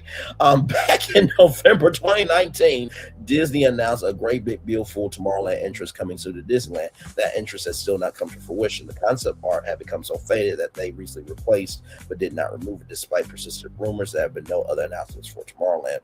This one passes the smell test for me. Both that there have been pitches for Tomorrowland, probably several, given the credibility. Executives have rejected them because they wouldn't they wouldn't move the needle relative to costs and construction impacts. The sad reality is that Tomorrowland at Disneyland is insanely popular despite its big-time dead mall vibes. I've lost hope in a wholesale reimagining of Tomorrowland, but I feel like the recent singles and doubles projects underway in Tomorrowland Animation Courtyard Disney World could serve as a template, making it less embarrassing and worthy of the Disney brand Calvin project out of Disneyland. The real mistake here will be letting Tomorrowland further rot in plain sight for another decade. Imagineers want to build original attractions. Thank you. Good damn. Because that was the whole point of Disney World and Disneyland, is that there are rides you cannot see in movies, that you can't see in TV shows. You need to bring back Illuminations. That was the best show in the world. Why did y'all get rid of that shit? I don't know why. Now, I will say Karen Clark Sheard and Kiara Sheard, dig a little deeper, is fire. Keep that as a track in the show. And y'all could have updated Illuminations. It didn't have to go away. It didn't have to go away. That was literally the best part of Epcot to me. It's no secret that Disney CEO Bob Iger has an IP mandate for major theme park expansion to focus on key franchises, whether it's from the company's vaults, Pixar, Marvel, Lucasfilm. For evidence, see every domestic edition at Walt Disney World, Disneyland in the last decade, or Iger's own comments. It's also unsurprising. Also unsurprising is this quote from the article: "At every all hands meeting, I would be asked if we get to create new Imagineering original stories again," said Barbara Bouza, who was president of WDI from 2020 to 2024 and is now executive at architecture firm Can Design. By and large, Imagineers love Disney history and theme parks as their favorite attractions, and you're going to hear a lot of instances of Haunted Mansion, Pirates of the Caribbean, It's a Small World, Jungle Cruise, Big Thunder, and disproportionately other classics. Maybe in few instances of Mystic Manor, Sinbad's Storybook Voyage, and other deep cuts from OG Epcot, Serendipity Sea. The problem is that attractions and lands based on intellectual property are lower risk and higher reward. They're easier to market. They have colossal pre-existing audiences, easier for the merchandising machine, and they are very clearly what the general public wants. Many fans point to Mystic Point and Grizzly Gulch, Disney's last original lands, as success stories, but that's a misconception. It's been Toy Story Land and World of Frozen Island, the most popular at Hong Kong Disneyland. Duffy honestly might be the better example there. For more CR commentary, is anybody surprised that Disney's $60 billion park investments will almost be all intellectual property? Imagineers most excited for Villains Land. From the article, some Imagineers say what they're most excited about is Villains Land. An expansion of Orlando's Magic Kingdom is currently under construction, though it will feature characters from Snow White, Peter Pan, Aladdin. It's not based on a specific film. That makes it the closest thing to original land in Disney's U.S. parks in 25 years. Concepts for this type of land have floated around for decades. It's probably a dream come true for many Imagineers to work on Villains Land. It's a much more open-ended, has a lot of potential for creative freedom. It also presumably has a massive budget, so there's that. One thing I'd note here is that by the same logic, Star Wars Galaxy Edge is pretty close to original land. When that land launched, we referred to it as Space Morocco. I don't think we were the only ones who viewed it as more of a blank slate with Imagineers having a ton of autonomy. Now we view that a little less positively. See, Star Wars land needs to break the rules. Local level delegation. From the article, Vaughn has delegated power and resources to Imagineers who work at the company's resorts in Orlando and overseas, so they can handle more work themselves, from design models to fixing quality issues. He said the move was inspired by Imagineers in Shanghai, designing a utopia land largely on their own when their bosses in California couldn't travel during the pandemic. He's also including colleagues from park operations, marketing, and pricing earlier in planning, so they're aligned from the offset. While there's a lot of interesting tidbits in the Wall Street Journal piece, the last 2 points are what prompted this article. This delegation is absolutely happening. It may seem like a little thing, but I suspect this is going to be hugely fruitful in the long term. It arguably already has been for Walt Disney World a lot of little ways. Delegating this authority is a smart move because it empowers the site-level portfolio executives to get stuff done without the involvement of Linda, among other things. It means that Imagineers who are actually in Orlando can develop a rapport with Walt Disney leadership. Fans have this inflated opinion that both Imagineering statute and authority, presuming that park leadership hold the creatives in the same high esteem as fans do, even if the article isn't accurate as to every individual point. It should disabuse us of this misconception. There's no mythologizing or adulterating Walt Disney Imagineering within TDO. I don't know what TDO is. I guess that's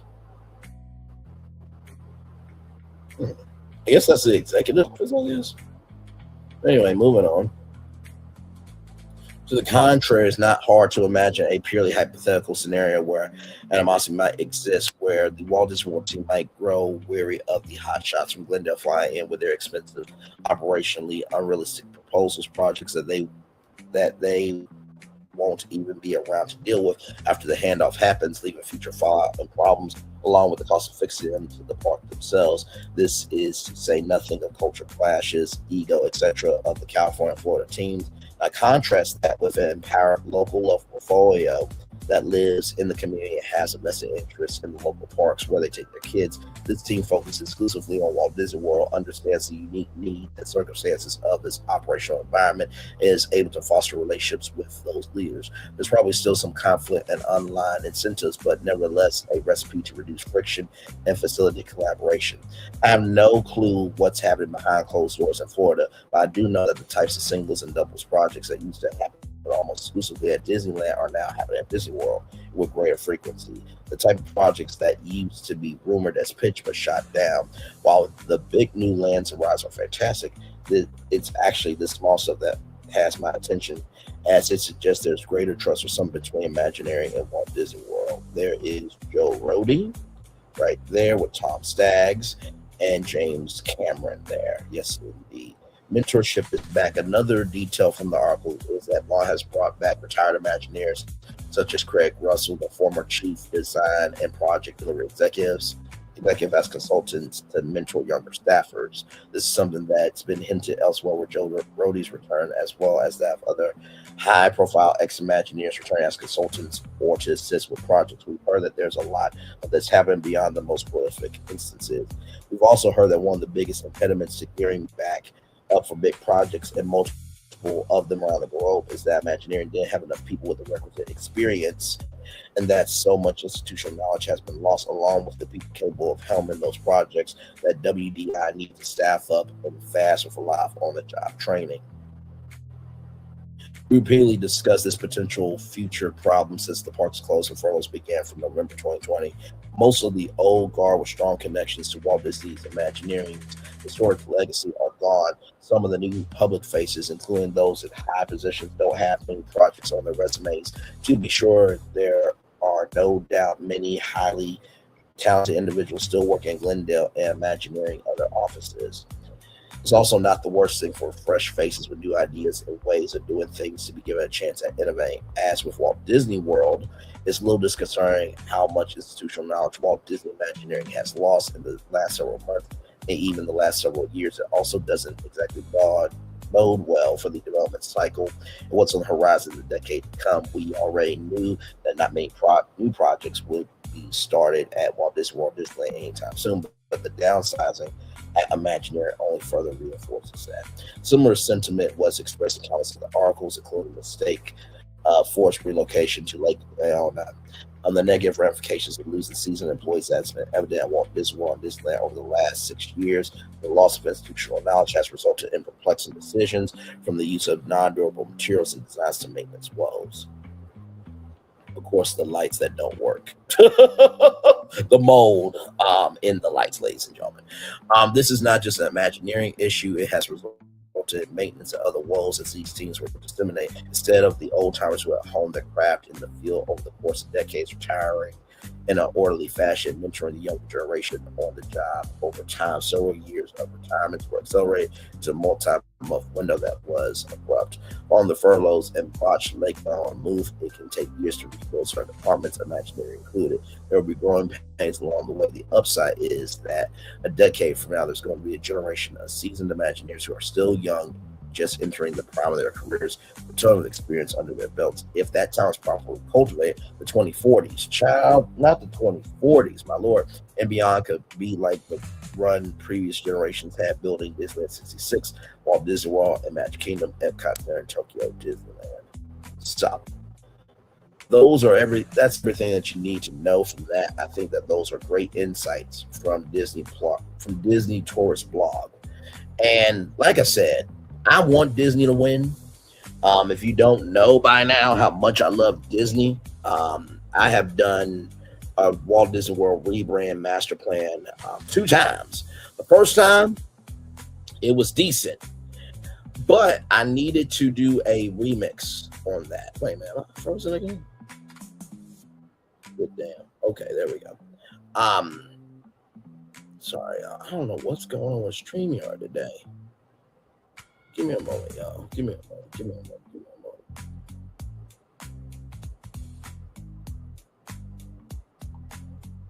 I don't know what's going on with StreamYard today. Maybe if I delete some of those. Okay, there we go. I'm back. Okay. Hey, 2 people, welcome in. So like I said, I've done a Walt Disney World rebrand master plan 2 times. The first time it was really good. The second time, I need to remix some things. I need to add some things. We did a whole composition of magic theme park rebrand for Disney's California Adventure. So I've given my thoughts on Disney, and I want Disney to win. I think Disney has gone away from what it does best, is being themselves, and they're trying to modernize and keep up with competition when they were the standard. Just keeping it a buck. Like I said, I'm available for hire at Disney. I am, but you're also going to have to let me be me. And I think that's the problem. Disney has gotten so comfortable with intellectual property that they don't know how to be creative anymore. But I tell y'all, AI should be a resource, not the source, right? So there is that. Yes, indeed, there. Then finally, we got one more story for you guys here from the New York Post, and then we will move on here. So, right here, come on now, Disneyland's tomorrow revamp shut down by Top Class. Disney's Tomorrowland will stay stuck in the past. A planned revamp of the longtime Disneyland attraction has been abandoned after executives determined that the upgrade wouldn't do much to bring in more crowds. The Wall Street Journal reported. Right here, the first Tomorrowland update in 1967 brought in the Carousel of Progress and Venture Through Inner Space and the People Mover, while the second in 1998 added Honey, I Shrunk the Audience and innovations and the short-lived Rocket Rides. Fans look forward to the new Tomorrowland, which was supposed to be finished in 2020. But Disney leaders decided that a third major overhaul for one of the theme park's oldest areas wouldn't do enough to increase attendance to justify the cost, despite some within the company pushing for the update, according to the Journal. So there was a movie called Tomorrowland with George Clooney. It is an excellent movie. I don't think that people really gave Tomorrowland the time of day it needed. Let me tell you something. Tomorrowland and that movie looked better than Disneyland's Tomorrowland today. And what of it? The decision shows how financial concerns now shape creative work at Walt Disney Imagineering, which designs Disney theme park attractions and other experiences. Instead, the company is investing in projects it believes will drive growth, such as expanding popular franchises, launching new cruise ships, and developing global theme park adventures to the tune of over $60 billion. The company has turned its attention to expand and upgrade all 6 of its global resorts. This includes new Marvel attractions in Anaheim, a ride based on Encanto in Orlando, and a Lion King land in Paris. The company is also designing a new park in Abu Dhabi and growing its cruise fleet from 7 to 13 ships. This is by far the most ambitious period in Imagineering's history. Walt Disney Imagineering President Bruce Vaughan told the Journal, "We're going to ramp up and reignite Imagineering culturally. We got a tremendous amount of investment coming through." So that's everything you need to know about Disney. And with that, we're going to watch this, and then we'll be back after this with Delta Airlines. Here we go. There's really no secret about our approach. We keep moving forward, with the hope that it will be a source of joy and inspiration to all the world. In Disney's 102-year history, there have been many defining moments and countless achievements.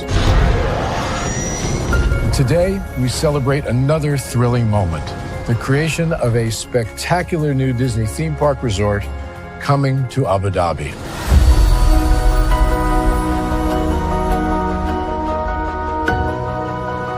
Abu Dhabi is a place where heritage meets innovation, a place where we preserve our past while designing the future.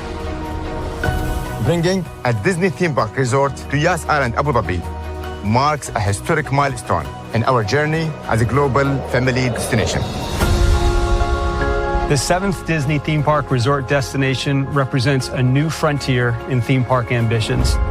Our resort in Abu Dhabi will be the most advanced and interactive destination in our entire portfolio.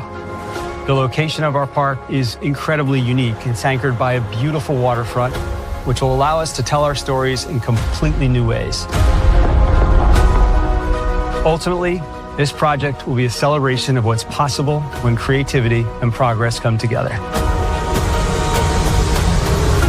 What we are creating with Disney in Abu Dhabi is a whole new world of imagination, an experience that will inspire generations across the region and the world.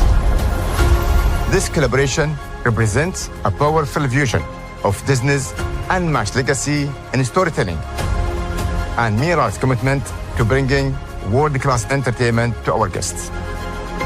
Abu Dhabi's vision for the future is to create a legacy for generations to come.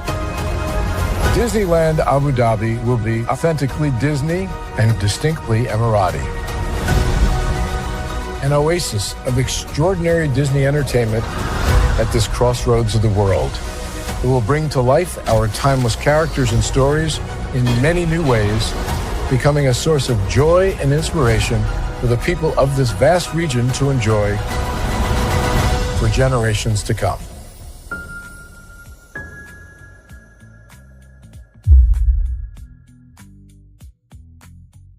So as you can see how much energy that they put into that video when Josh D'Amaro said that Abu Dhabi is going to be our most technologically advanced park. No, that should be Walt Disney World and then everywhere else, okay?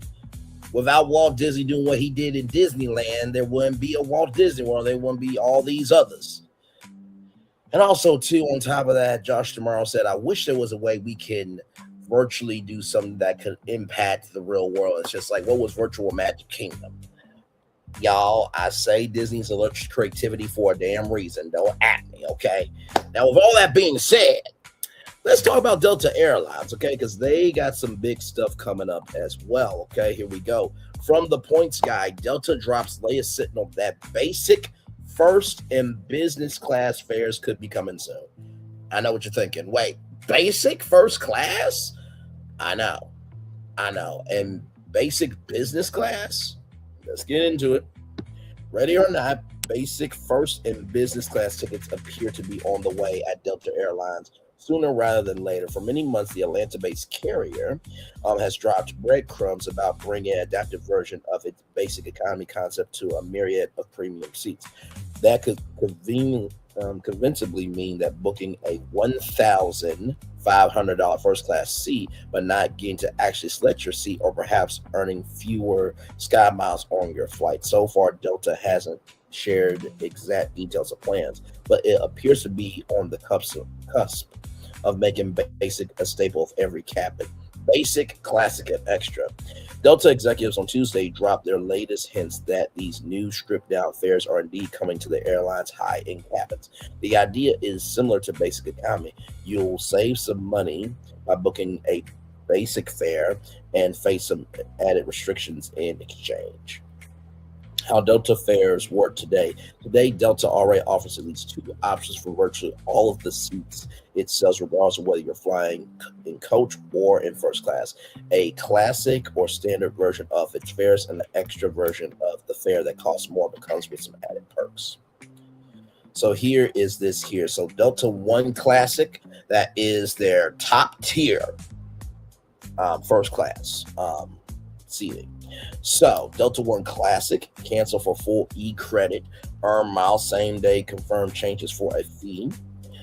Exclusive access to the Delta One Lounge at JFK, LAX, Seattle, and Boston. Changes allowed. And then Delta One Extra, fully refundable, earn even more miles, same day confirmed changes, exclusive access to the lounge, to the Delta One Lounge at JFK, LAX, Seattle, and Boston. Changes allowed. Delta also offers a basic economy option in coach, which it now calls main basic. That fare carries tight restrictions in exchange for discounts such as 0 sky miles, no seat selection, and no access to its sky clubs, even for members. So even if you are a member, you do not get access if you book this, which to me, I think that's some bullshit. You know what I mean? If I am a Sky Club member, okay, and I book a basic ticket, I should be able to go in that motherfucker, okay? That's just keeping it a buck. So here is everything here. So main basic, cancel for partial E-cred, changes allowed for a fee. Board in Zone 8, limited overhead bin space, ineligible to earn miles, ineligible for upgrades. Seat or seats assigned after check-in, cannot change seat. Main classic, cancel for full E-credit. Changes allowed. Board in Zone 6 or 7, earn miles, eligible for upgrades for medallion styles. Select seat or seats at a time. And then main extra, fully refundable. Changes allowed. Board in Zone 5, earn even more miles, higher priority for upgrades with medallion stats. Select seat or seats at any time. Basic concepts starting to expand. Now the airlines prepping to layer in basic options for its higher end seats too. I think we've talked about really having 3 categories for every plot, which is basic, classic, and extra, and that continues to evolve. The airline's president Glenn Houston said Tuesday on the company's earnings call. In fact, we're already starting to see this plan in action. Comfort Basic is here. As the Points Guy reported late last fall, Delta in November started selling basic versions of its extra legroom comfort seats. Today on some flights, the carrier sells a Comfort Basic fare that still gets you extra space. However, you earn fewer sky miles with this option, and you can't pick your seat ahead of time. You also have to pay a fee if you need to cancel your trip when you book one of these fares. So this is the Delta Comfort Plus right here. So you see, you got the pillow there, you got a kit there. So, you know, it's in the middle. It's in the middle. Delta Executive Vice President Joe Esposito told analysts Tuesday that the slimmed down Comfort Basic offering has been so far successful from the airline's perspective. We've been incredibly thoughtful about not going too fast, making sure that we are measured in that approach, Esposito said. We're still testing Comfort Basic for now, and we're going to expand that for the rest of this year. Basic First, Premium Economy, and Delta One still likely to come in the not too distant future. Expect to see variations of this basic concept offer more in Delta's high-end cabins too, whether you're booking a long haul, lie flat Delta One seat, which this is the Delta One seat here. So that last flat you can like clearly lay out there. So never been on first class flight. I've always been in coach. So listen, yes, indeed. A domestic first class ticket or a Delta Premium Select Premium Economy fare. Austin called expand the carrier's menu of fare options one of Delta's 2026 initiatives. Bottom line, Delta has framed these changes as a way to offer customers more choice. Instead of a $500 ticket for a fare, picture $450 fare, but with higher seat selection and refundability rules. Austin Post, the airline, has also said it's eyeing new innovative offerings it could someday add to its tickets, presumably as a way to draw more contrast between the different fares it sells. There's more we can offer the customer based on what they're willing to pay, Esposito said.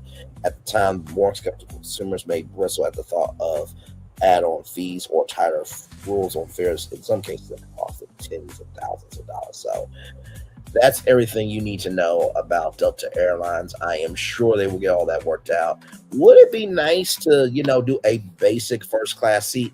Sure, but also too, if I'm a person that's really worked hard for it, like, wait a minute, how come they get basic first class and I gotta pay more? So, but what's good for the goose is good for the gander. As long as everybody's making some money, then I guess that's what it is, right? So There it is there. All right, y'all. More Brainley's Virtual Core Live coming up right from the space right here and right now. Shout out to rollingout.com, celebrating 25 years on to the next 25 years. Megan Thee Stallion celebrates Popeyes opening in Miami. Rapper transforms first Popeyes into a personal and community-focused space. Megan Thee Stallion has added franchise owner to her growing list of accomplishments. The Grammy-winning rapper officially opened her first Popeyes restaurant on Tuesday, creating a location that blends her personal brand with the chain's signature Louisiana flavors. Located at 1427 Washington Avenue in the heart of Miami Beach, the restaurant sits amid a bustling mix of tourists, locals, and beachgoers. The site offers accessible, affordable food while reflecting Megan's distinctive style and influence. So here is that video there. Okay, right now, a new fast food location in our area. If you head inside, you might run into a superstar Grammy Award winner. Holds up now, Meg Thee Stallion. She opened up her first ever Popeyes in Miami Beach on Washington Avenue. Me and our producer, Jaden, she was there for the ribbon cutting. This is where I got to try the rapper's exclusive combo meal delivered to me by the hot girl herself. Megan Thee Stallion. Megan Thee Stallion's first ever Popeyes is now open for business. And by the way, I want you to see this, right? Hang on. Wait, go back. I want y'all to see this right here. There's a Denny's right next door. Okay? Get you some pancakes and some fried chicken and sit your ass on the beach and have you a mimosa. Okay? And they also got a wake and bakery right next door so you can get to that high altitude, okay? for Popeyes is now open for business and is right in our backyard. I'm your first client. Yes. The Grammy Award winner officially becoming a franchise owner with a ribbon cutting.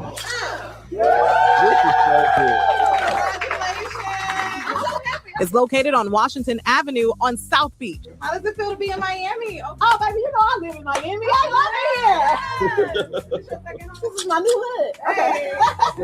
And inside, it's not like your typical Popeyes. The interior is very Megan meets Miami, with the rapper's name in bright lights right next to the brand. Even the employees are decked out in Hottie certified uniforms. And the building isn't the only thing that Megan is bringing to the table. The rapper also unveiling the Megan Meal, a new and exclusive combo deal. It's always important to invest in yourself, be true to yourself, and only do endeavors that feel real to you, so you can really honestly be invested more than money wise, invested in your heart. That's what's up. All right, let me just tell you, the Stallion is a stallion. Just gonna say that. Just gotta say, I was like, "Ooh, girl, you're so pretty." But I also was the first and only person who got the Megan Meal. Is that right? Delivered by Megan. To no surprise. To no surprise. I'm sure it tasted fantastic. And we're basically sisters. Did I was going to say, I knew the connection grew stronger and stronger as yesterday went on. Yeah, because. Let me tell you something. Shout out to this brother right here. Let me tell you something. This brother's like, you know what? Y'all are not really sisters, but since this is your moment, I'm going to help you in your moment. She's from Houston and Beyonce's from Houston. So it's like, okay, I'm from Houston. Okay, all right. So you get it? Your degrees of separation connection. Got it, okay. All right. And now we're related somehow. But I love to see celebs investing in franchising and creating these new revenue streams. It's a good way to go. And what was interesting is she's so confident on stage, but she was a little nervous because she's like, this is a business venture for me and I'm stepping a little bit outside of my comfort zone here. And it was amazing to see. Everybody's got space to learn and grow, hit that next level. I love how they covered that. Well done to both of y'all for sure. A personal touch. This Popeyes is more than a celebrity-backed location. Megan helped design the space and oversaw small details throughout the restaurant. The space features murals, LED signage, and other visual elements that give the restaurant a unique character. Employees wear uniforms inspired by our hot girl brand. Bring back that merchandise, okay? Because I didn't get a chance to get it. And I would like some. Also, too, can you bring back the hottie sauce as a thing? Maybe there's hottie sauce at that location. I'm just asking. Ensuring the space feels intentional and personal rather than purely corporate. exclusive menu. The Miami Beach location introduces a menu created exclusively by Megan, the Megan meal. I like that. Inclusive chicken sandwich, free tenders, 6 bone-in wings, red beans and rice, and mac and cheese. Available only at this location. Megan's involvement in menu development shows a hands-on approach, extending beyond a typical celebrity endorsement to a tangible fan experience. And y'all knew how she threw down for Thanksgiving. So imagine Megan exclusive menu items at that location that she'll go in the kitchen, make something up, and then make it at her location. That could be. Do you see where I'm going here? Community and philanthropy. Megan has emphasized that her Popeyes is not just a business venture. She intends for the restaurant to be a space rooted in quality and community. The location will support local philanthropic efforts, reflecting her ongoing commitment to give back in meaningful ways. Fans have followed the restaurant's journey for months. In spring of 2025, Megan shared footage of the space during construction. We did talk about that here on Brandy's Virtual Tour Live, showing her vision for the finished location. Later, she posted clips, interacted with staff, offering a glimpse behind the scenes ahead of the grand opening. We also talked about that as well here on Brandy's Virtual Tour Live. Partnership turned ownership. Megan's connection with Popeyes began in 2021 and has evolved into full ownership. Her involvement went beyond standard celebrity partnerships, including menu creation, fashion collaborations, and philanthropic initiatives. With the opening of this Miami Beach location, her partnership has moved from concept to reality, representing a new chapter in her expanded business portfolio. The option highlights a growing trend of artists leveraging influence to create ventures that reflect their identity while supporting their communities. By blending her personal brand with a well-known franchise, Megan provides fans and customers with a unique experience that combines culture, cuisine, and community engagement. The Miami Beach restaurant is a milestone for Megan Thee Stallion, demonstrating that her business pursuits are as deliberate and creative as her music. From the murals and signage to the exclusive moving locations and philanthropic goals, every element of the location reinforces her vision. As Megan continues to expand her entrepreneurial ventures, as Popeyes represents both a business achievement and a cultural statement, it transforms a familiar fast food brand into a space that embodies the energy identity of the hot girl lifestyle while offering accessible dining to a wide audience. And I think of Rick Ross and Wingstop all the time. So I hope that what Rick Ross and Wingstop has done is what Megan's going to do with Popeye. So shout out to Megan Thee Stallion. Yes, indeed. Yes, indeed. Yes, indeed. All right, y'all. We got to go from greatness to tragicness with Stephen A. Smith. I know. I don't want to do it either. But damn it, you got to know about this shit, okay? Stephen A. Smith says he's dead serious about running for president in 2028. We don't want you. We don't want the dumb fuck now that's in the office, but hell. Here we go, y'all. Nationwide sports analyst Stephen A. Smith says he's seriously thinking about running for president in 2028, knowing that other people have encouraged him to consider it. Name some names. Name some names. Name some motherfucking names, please, okay? He has also expressed the excitement at the idea of debating the political establishment on the campaign stage. Smith, known for his long career at ESPN and outspoken political commentary, that's an eye of the beholder, but moving on, told ABC News Live Prime with Lindsay Davis that while he enjoys his current work, he has no desire to be a politician. He feels a responsibility to consider the opportunity. With tremendous power comes tremendous responsibility, he said, according to the Brio. He explained that many people have approached him, telling him he could have a real chance to win. Even his pastor urged him not to dismiss the idea.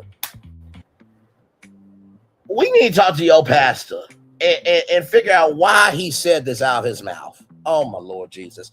Smith know that any official campaign filing will not happen, would happen rather no earlier than 2027, leaving him time to weigh the decision carefully. If he does run, Smith says he looks forward to debating politicians and holding them accountable for what he sees as mistakes harming the country. I'm dead serious about wanting to go up against those politicians, not be a politician, but wanting to go up against them and wanting to go up against them on debate stage to call what they've done to our country to harm us. He said it would be my pleasure. During the interview, Smith addressed past critiques of some black women in politics, including U.S. Representative Jasmine Crockett. We would rather have Governor Wes Moore as president and Jasmine Crockett as vice president, and then me being the press secretary, then Stephen A. Smith being president. Okay. While apologizing for any offense, he maintains his comments focused on actions he felt did not serve constituents. He also responded to critics like Joy Reid, besides that public commentary needs to be measured to have a lasting impact. Smith concluded that he's carefully considering the possibility, watching how things unfold, saying he doesn't rule anything out. Rule it out, motherfucker. Rule it out. Like I said, we need a law on the record that you need 5 to 7 years of governmental experience that has been your only job.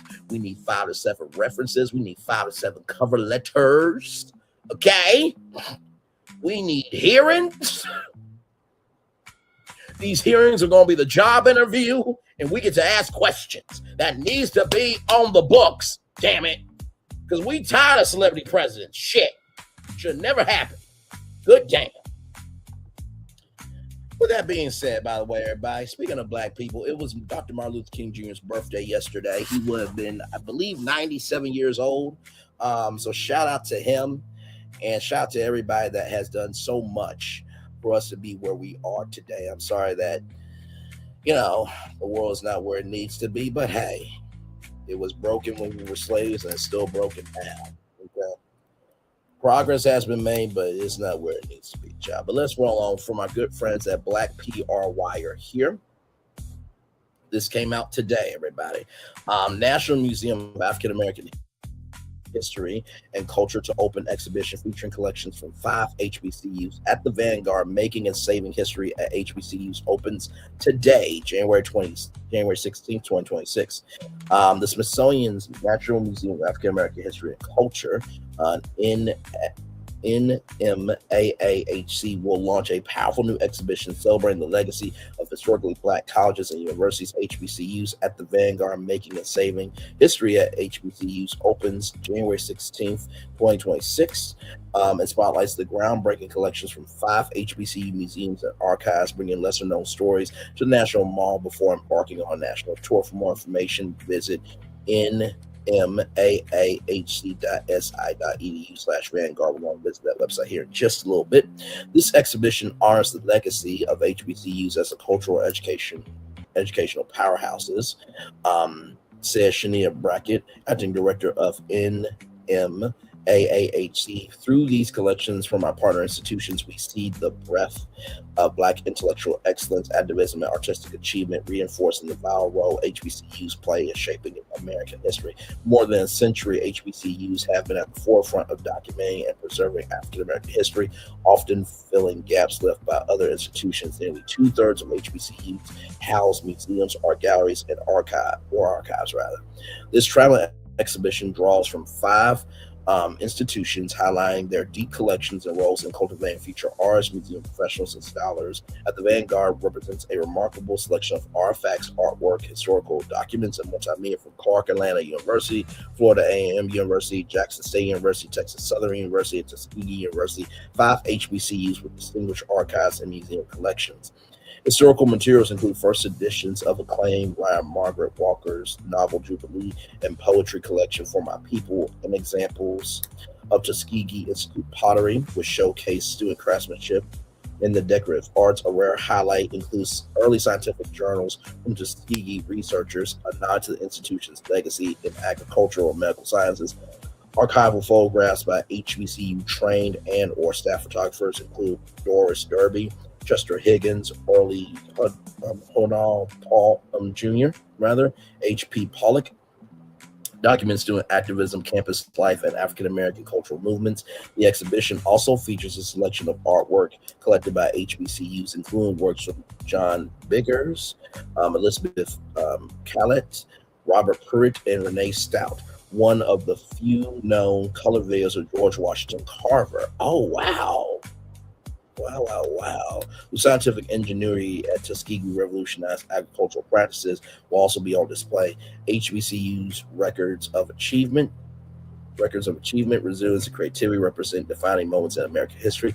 As stewards of culture, innovation, and museums and archives ensure that future generations can access these invaluable stories.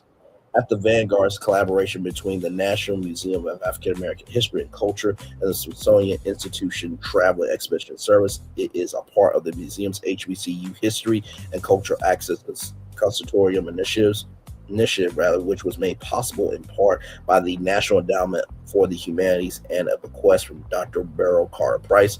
This exhibition was made possible through the support of the following: CBRE, Google Arts and Culture, Johnson & Johnson, NMAAHC Corporate Leadership Council, NMAAHC members, and Southern Company Foundation.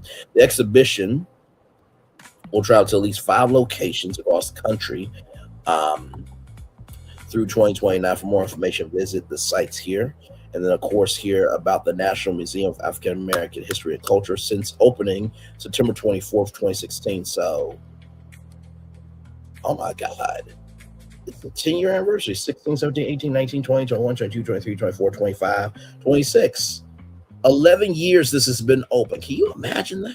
Oh, Lord. The National Museum of African American History and Culture has welcomed 13 million in-person visitors and millions more through its digital presence, occupying a prominent location next to the Washington Monument on the National Mall, Washington, D.C. The nearly 400,000 square foot museum is the nation's largest and most comprehensive cultural destination devoted exclusively to exploring, documenting, and showcasing the African American story and its impact on American and world history. The museum has also launched and is continually expanding its reach with the searchable museum portal and other efforts to bring African American history into the world's hands and homes. For more information about the museum, visit nmaahc.si.edu. Follow NMAAHC on Twitter, Facebook, and Instagram, or call Smithsonian information at 202-633-1000. That's 202-633-1000. That's 202-633-1000. About Smithsonian Institution Traveling Exhibition Service. Smithsonian Institution Traveling Exhibition Service, or SITES, deepens the impact of the Smithsonian beyond Washington, D.C. by bringing its high-quality content, resources, and expertise to people nationwide. Collaboration with museums and cultural organizations. SITES connects Americans to their shared cultural heritage through a wide range of exhibitions about art, science, and history, which are shown wherever people live, work, and play. Visit SITES for more information. So congratulations on that. And here is the here's the exhibitions here. The Vanguard. So currently on view right here at the National Museum of African American History and Culture, Washington District, Columbia, through January 16th, 2026 to July 19th, 2026. Appearing next at Clark Atlanta University Art Museum, Atlanta, Georgia, from September 19th, 2026 to December 13th, 2026. So here is all the places that they'll be going to. So like I said, Clark Atlanta, September 19th, 2026 to December 13th, 2026. Then in 2027, January 9th, 2027 to April 4th, 2027. That will be in Houston, Texas at the University Museum of Texas Southern University. Jackson, Mississippi Department of Archives and History. That will be April 24th through July 18th, 2027. Then Tuskegee University Legacy Museum in Tuskegee, Alabama, March 4th, 2028 to May 28th, 2028. And then September 30th, 2028 to January 7th of 2029. So this is the tour schedule of, if you want to see that amazing exhibition, that's where they're going to be. And here it is here.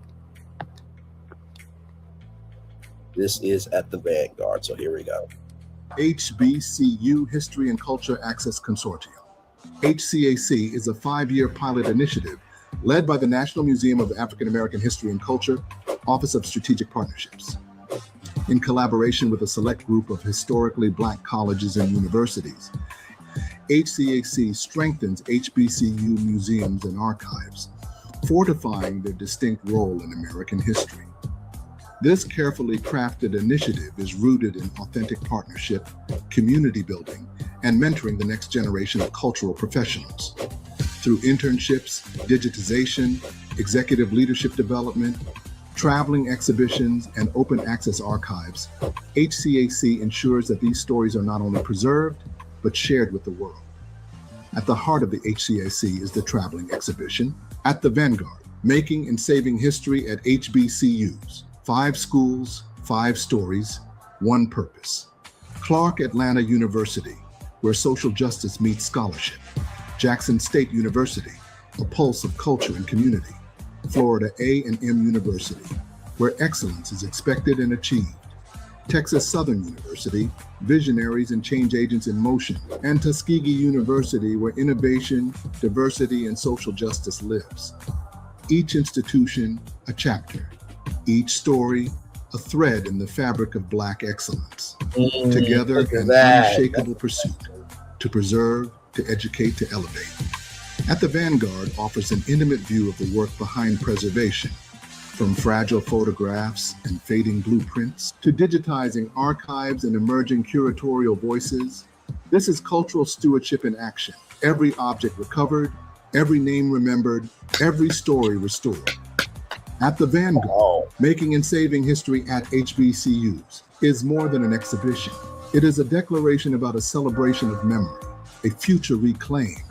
5 schools, 5 stories, 1 purpose. That is absolutely. And that's the bell on the yard, by the way, everybody. Yes, indeed. So if you want to find this, this will be Concourse Level C, Bank of America Special Exhibitions Gallery from January 16th to July 19th, 2026. The curators are Joanne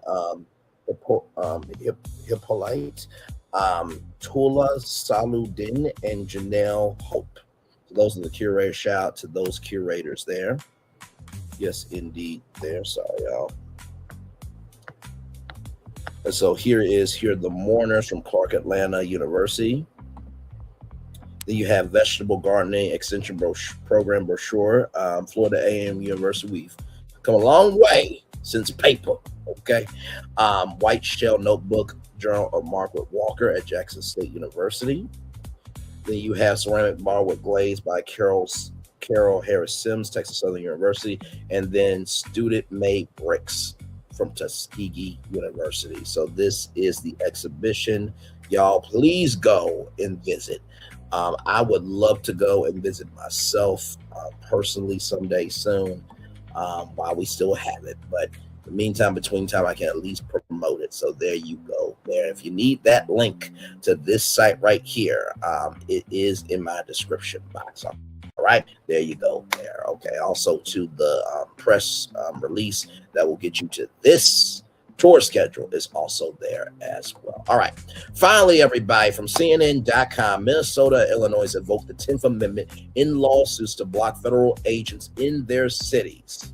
Here's why that matters. Let's get into it. Officials in Minnesota, Illinois filed lawsuits within hours of each other Monday, seeking to curb the 47 administration's ongoing immigration crackdown in their states. Although the lawsuits are separate and nuanced, both states cited the 10th Amendment to back their claim that the search of immigration, customs enforcement, and border patrol agents, which has stoked nationwide protests as well as violence and fear in their cities, is tantamount to federal overreach and a violation of their state sovereignty. Minnesota Attorney General Keith Ellison said his office believes the search of federal agents is a violation of the 10th Amendment, which establishes the division of powers between the state and federal government. The Constitution gives Minnesota the sovereign authority to protect the health and well-being of every single person who lives in our borders, Ellison said at Monday news conference announcing the lawsuit.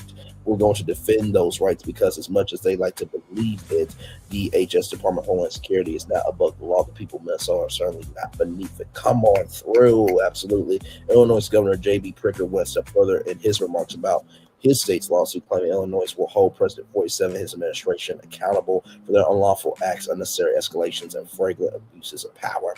47's administration has said the Constitution gives the federal government broad authority to enforce national immigration laws as the government sees fit. In a lengthy statement posted to Truth Social Tuesday, 47 defended ICE tactics declared, "Fear not, the great great people of Minnesota, the day of reckoning and retribution is coming. Constitutional law experts told CNN that federal lawsuits have essentially pitted the state's rights to self-govern and protect their citizens against the federal government's ability to enforce immigration policy within the nation's borders. It opens the door for a new interpretation of an amendment central to the Bill of Rights, experts say. The dividing line between state and federal government. Michelle Goodwin, professor of constitutional law at Georgetown University, said, understand the significance of Illinois and Minnesota's lawsuits begins with understanding the importance of the Bill of Rights and the 10th Amendment. The Bill of Rights was intended to protect these new Americans, these people who have fled the worst of political oversteps in the United Kingdom, she said. It was intended to protect individuals against overreach, against abuses of power by the government. By the way, the fourth branch of government is media, to protect the legislative, executive, and the judicial branches of government. Look up your damn history, everybody. The First Amendment establishes fundamental freedoms of speech, press, religion, peaceful assembly. It also protects the right to petition the government, formally ask the government to make changes without fear of punishment, prevents Congress from making laws that trample on these rights. Sequential amendments, Goodwin said, build on these protections to further emulate the rights of citizens and protect against government overreach. But the 10th Amendment is unique, according to Goodwin, because it establishes the division of power between the state and federal government, which is also known as federalism. The 10th Amendment states the powers not delegated to the United States by the Constitution, nor prohibited by it to the states, are reserved to the states respectively or to the people. To understand this, Goodwin said, it helps to remember.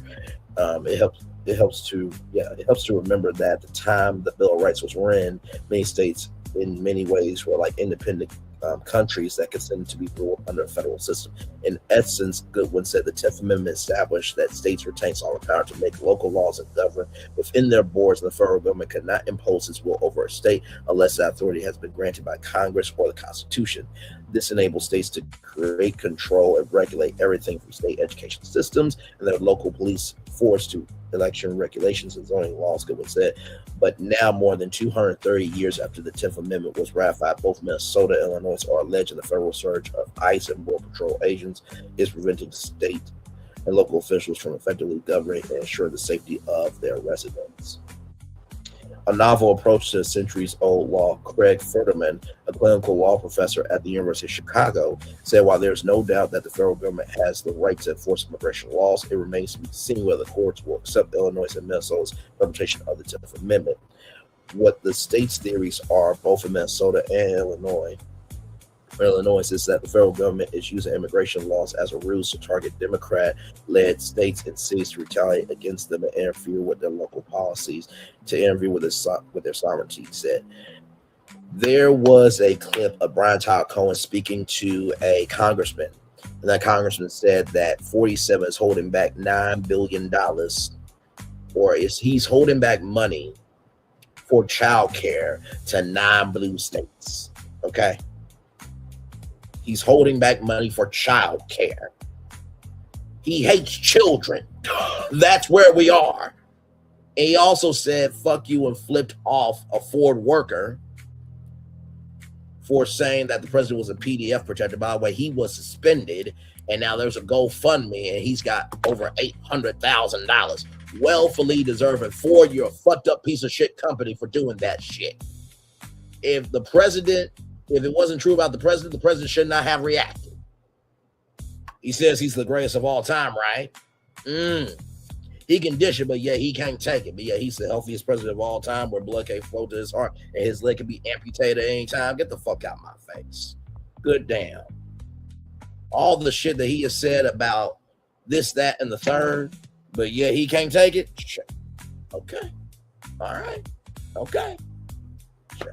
This is the same dumb fuck that made an insurrection on January 6th and almost unalived his vice president and the people he supposedly cares about in government that allows him to run amok. Child, Mary 47, I don't know why you didn't swallow your son, because he should have been swallowed. Okay? Just like all the supporters that support him and his administration, they all should have been swallowed as one-night stand. Moving on. In its lawsuit, Minnesota argues the administration's aggressive and militarized surge interferes with the ability of state and local law enforcement to address crime and protect residents' health, welfare, and safety. Illinois officials also alleged that the DHS insertion into the state and their unlawful violent tactics have disrupted the lives and undermined the liberties and property rights of the people, injuring Illinois and Chicago sovereign and proprietary interests. Chicago, as well as Minneapolis and St. Paul, are also plaintiffs in the lawsuit against the 47th administration. In their lawsuits, the cities and states have argued that in addition to infringing on their sovereignty established in the 10th Amendment, the 47th administration's actions are punitive and designed to coerce state and local officials into adopting the administration's policies. Most states are asking, in essence, for the courts to block ICE from enforcing some immigration law based on the 10th Amendment. Legal experts, it's a novel approach to a centuries-old law. Doesn't necessarily mean that what is being argued, something that will be recognized by federal or the Supreme Court. Goodwin said, some of what we see taking shape is what one might call cases of first impression, she added, which means we have not seen this before, so this is the first time the court is having to deal with this. Before the civil rights movement firmly said southern states would vote the 10th Amendment to argue that they had the sovereign right to maintain segregation within their borders. But Goodwin noted the passage of the Civil Rights Act of 1964 granted the federal government the authority to pursue and enforce equality for all people under the law, effectively override state sovereignty over the issue of segregation.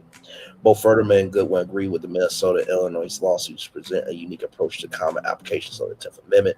It feels like the politics are being flipped. Traditional states' rights arguments have been launched often as a defense to federal attempts to enforce civil rights laws to ensure equal protection for all people under the law, Furterman said. And here states are saying, hey, what's going on is the opposite. It's the federal government that's actually targeting states for protecting vulnerable populations. These kind of cases and lawsuits don't emerge every day. Well, they don't emerge every day because we didn't have a dumb fuck of a president. Like, cut the bullshit. We gotta just say the quiet part out loud. My Lord, just stop it. Stop it. Stop it. Jesus. Anyway, so that is our show. What a jam-packed show. Y'all know we always give y'all a positive news story here, so give me a moment. My Lord Jesus. What a Lord, what a Lord, what a Lord, what a thing going on.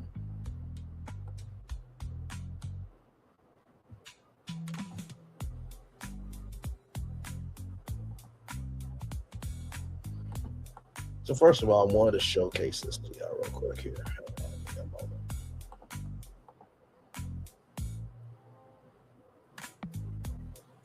So just saw this here. Ooh, we got a lot of popular news stories today. This is good stuff. I'm very happy about what I'm about to show y'all. Very happy for what I'm about to show y'all here. Here we go.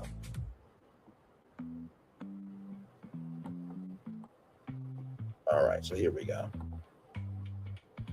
So check this out here. The real flex is that my life is truly amazing. Toni Braxton is a legend and my bestie sister. So I am glad that they are good in the neighborhood. So yay to that. That is very, very good.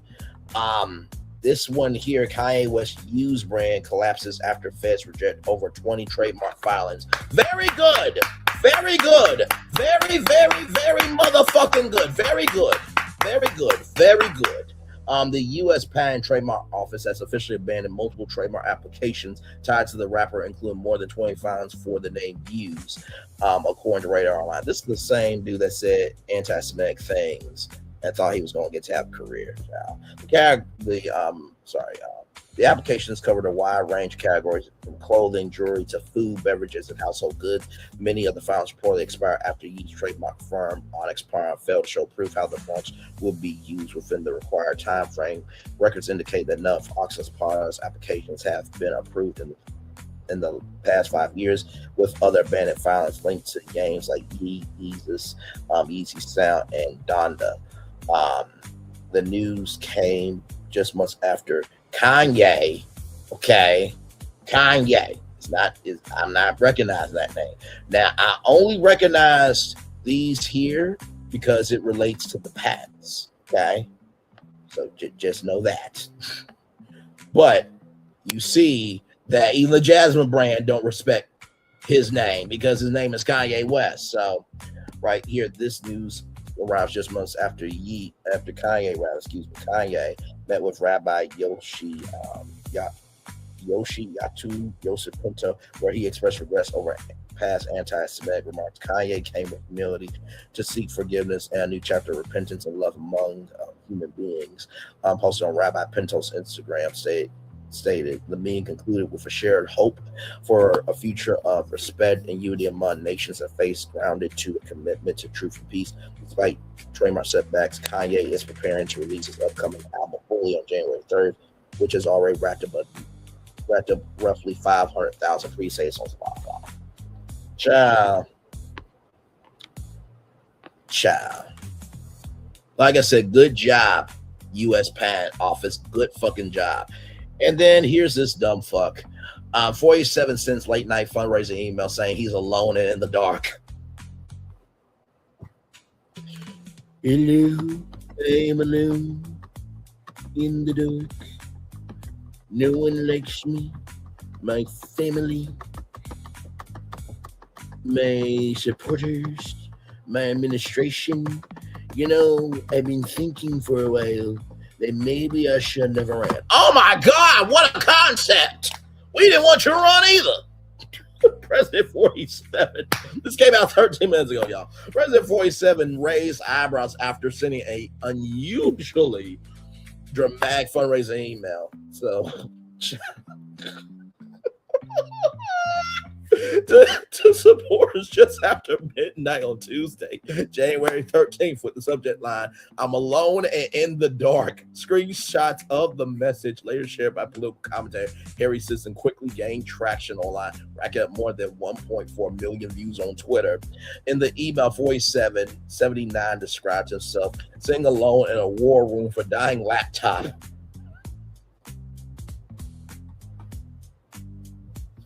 I have the best of the best, including this dying laptop.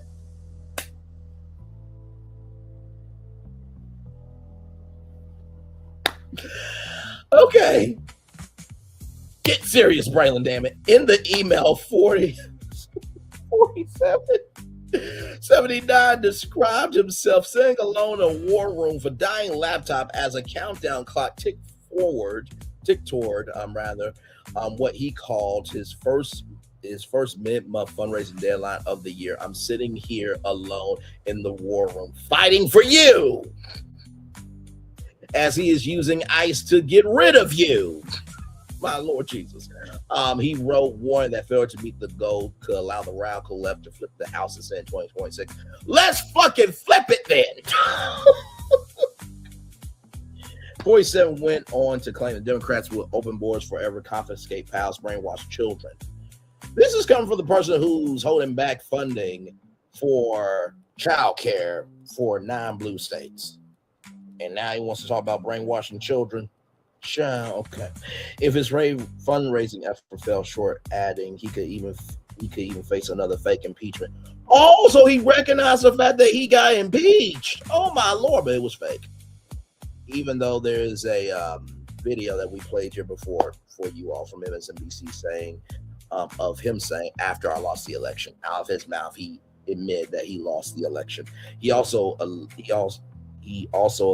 alleged Democrats are spending billions to undermine the country, calling supporters to what he described as a small sacrifice. The email urged recipients to donate $47 over 30 minutes. I thought you had it like that. I thought you had all these doors. What happened to that one woman that wanted you to run again? You couldn't go to her? Call now for the next 30 minutes and we'll throw in this. Hi, Billy Mays here, bro. Wait, there's more. Looking ass. The email urged recipients to donate $47 within 30 minutes to receive a limited edition 2026 47 calendar. I can only imagine what's on that calendar, child. Lord Jesus. Though 47 insisted the gift was insignificant compared to what he warned was at stake. A large blue button below the message read, "This is it, no second chances." You used a blue button? Wow, I thought you were a Republican. Moving on. 47 concluded the email by saying he feared the end is near. No, that will be 2028 when your ass is out of office, you dumb fuck. Claiming that the woke mind virus, no, it's called being aware, was spreading and urging supporters to act quickly to show that MAGA is strong. The fact that you have to say it's strong really just means it's weak as fuck. The message landed just one day before 47 told Reuters that the U.S. should consider calling off midterm elections. So wait a minute. So you want to call off elections because you know you done fucked up, right? But the election allowed you to win as president. How much sense does that make? Oh my Lord! Suggesting the country shouldn't even have an election following what he described as a successful first year of his second term. Said no one ever. The following day, the White House press secretary Caroline Leavitt attempted to walk back the remarks, saying 47 was speaking fictitiously. When has he ever spoken fictitiously? Still, the comments followed 47's repeated public references to a third term, despite constitutional limits and the recent appearance of 47 2028 hats in the White House gift shop. So the gift shop has hats with his name in 2028. Y'all, that's all I got for y'all. I ain't got nothing else. I'm gonna turn on my camera now because we done the whole show for over a damn 2 hours. I can't do it. That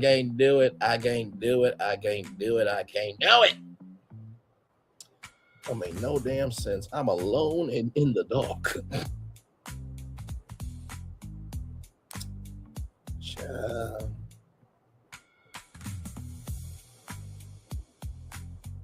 That's a damn shame.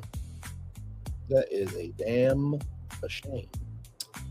So yes, indeed, everybody. Hey. What a show for you all. Today. We talked about a lot today, actually. We talked about Norwegian Cruise Lines, that they have their brand new ship, Aura. It looks like a wonderful ship. Personally, I'll probably be going on the ones with the go-karts at sea because I like go-karting.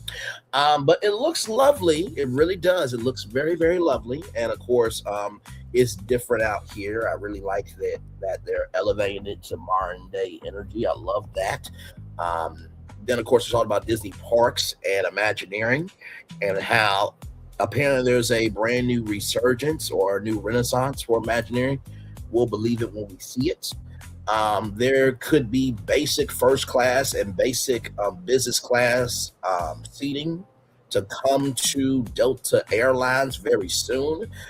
Megan Thee Stallion officially opened up her first Popeyes in Miami, which is amazing. Okay, so shout out to that. Yes, indeed. Love that type of energy. And then right after that, we talked about Stephen A. Smith. Stephen A. Smith, stick to sports. Stick to sports. You really shouldn't even have your political show because you're going to insert your foot in your mouth. Like, for some odd reason, I don't know why media protects your ass, but like Joy Reid and Don Lemon said, you are the black version that white people want to consume, and that's a damn shame. Y'all basically are supporting the black version of 47 outside. God forbid if he gets on the inside. Moving on to HBCUs, that great exhibition of the Vanguard that is at the African American Smithsonian. That is absolutely incredible. Please go visit it. It's called the Vanguard Making and Saving History at HBCUs. That has opened up today. So please go and view that. And then, of course, Minnesota, Illinois invoking the 10th Amendment to protect their cities. And I hope to God that it comes back as a win for both of those cities so the president can understand you don't run shit here except your casket going into the ground at the end of your life. That's all you run is that. And finally, of course, our positive news stories, everybody. Tamar Braxton and Tony Braxton are good. Shout out to that. We love to see family get along here. Also, too, the fact that the U.S. Patent Office rejected Kanye West. Well done to y'all. Of course, shout out to the dying laptop. Shout out to the dying laptop. Shout out to the dying laptop. And I hope that fundraising goal fails miserably as fuck. Okay. All right. Moving on. Y'all, that's it. That's our show. I appreciate each and every single one of y'all for being here. Hope you guys enjoy it on the replay as well. A jam-packed show for you all. Yes, indeed. All right, y'all. One love, much love, all love. I feel the love, and I send it right back to y'all. Have a wonderful, wonderful day. We'll be back tonight, 6 o'clock, with something. Don't know what yet, but it will be something good. I can assure you of that. All right. One love, much love, all love. Feel love. Send it right back to you. Bye, everybody. I thought I should tell you they've been talking about you. Yeah, they've been talking about you.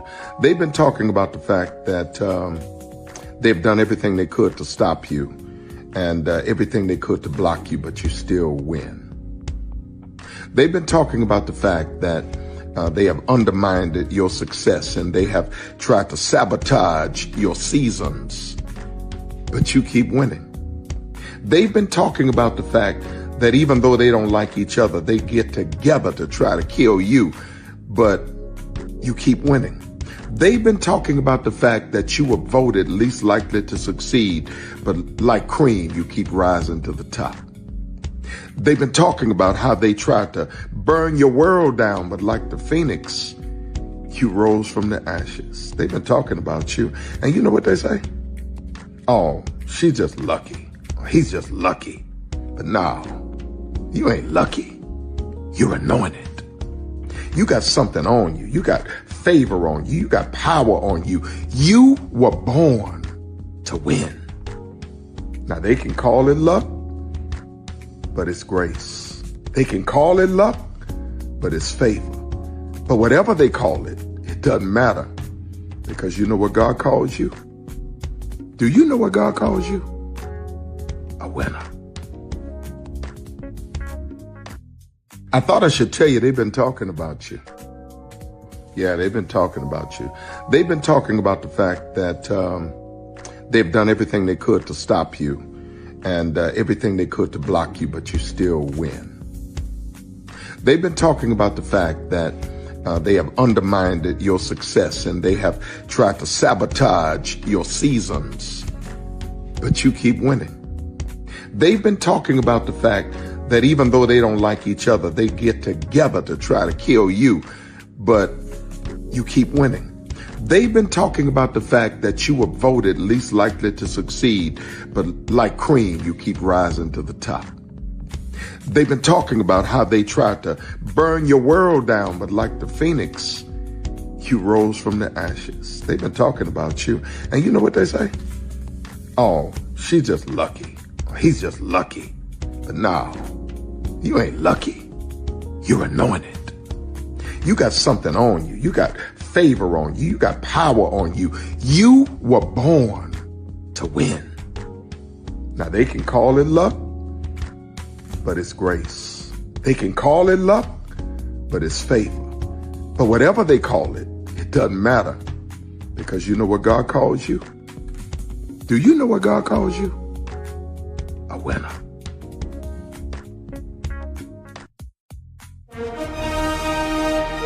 Prepare for a journey beyond imagination,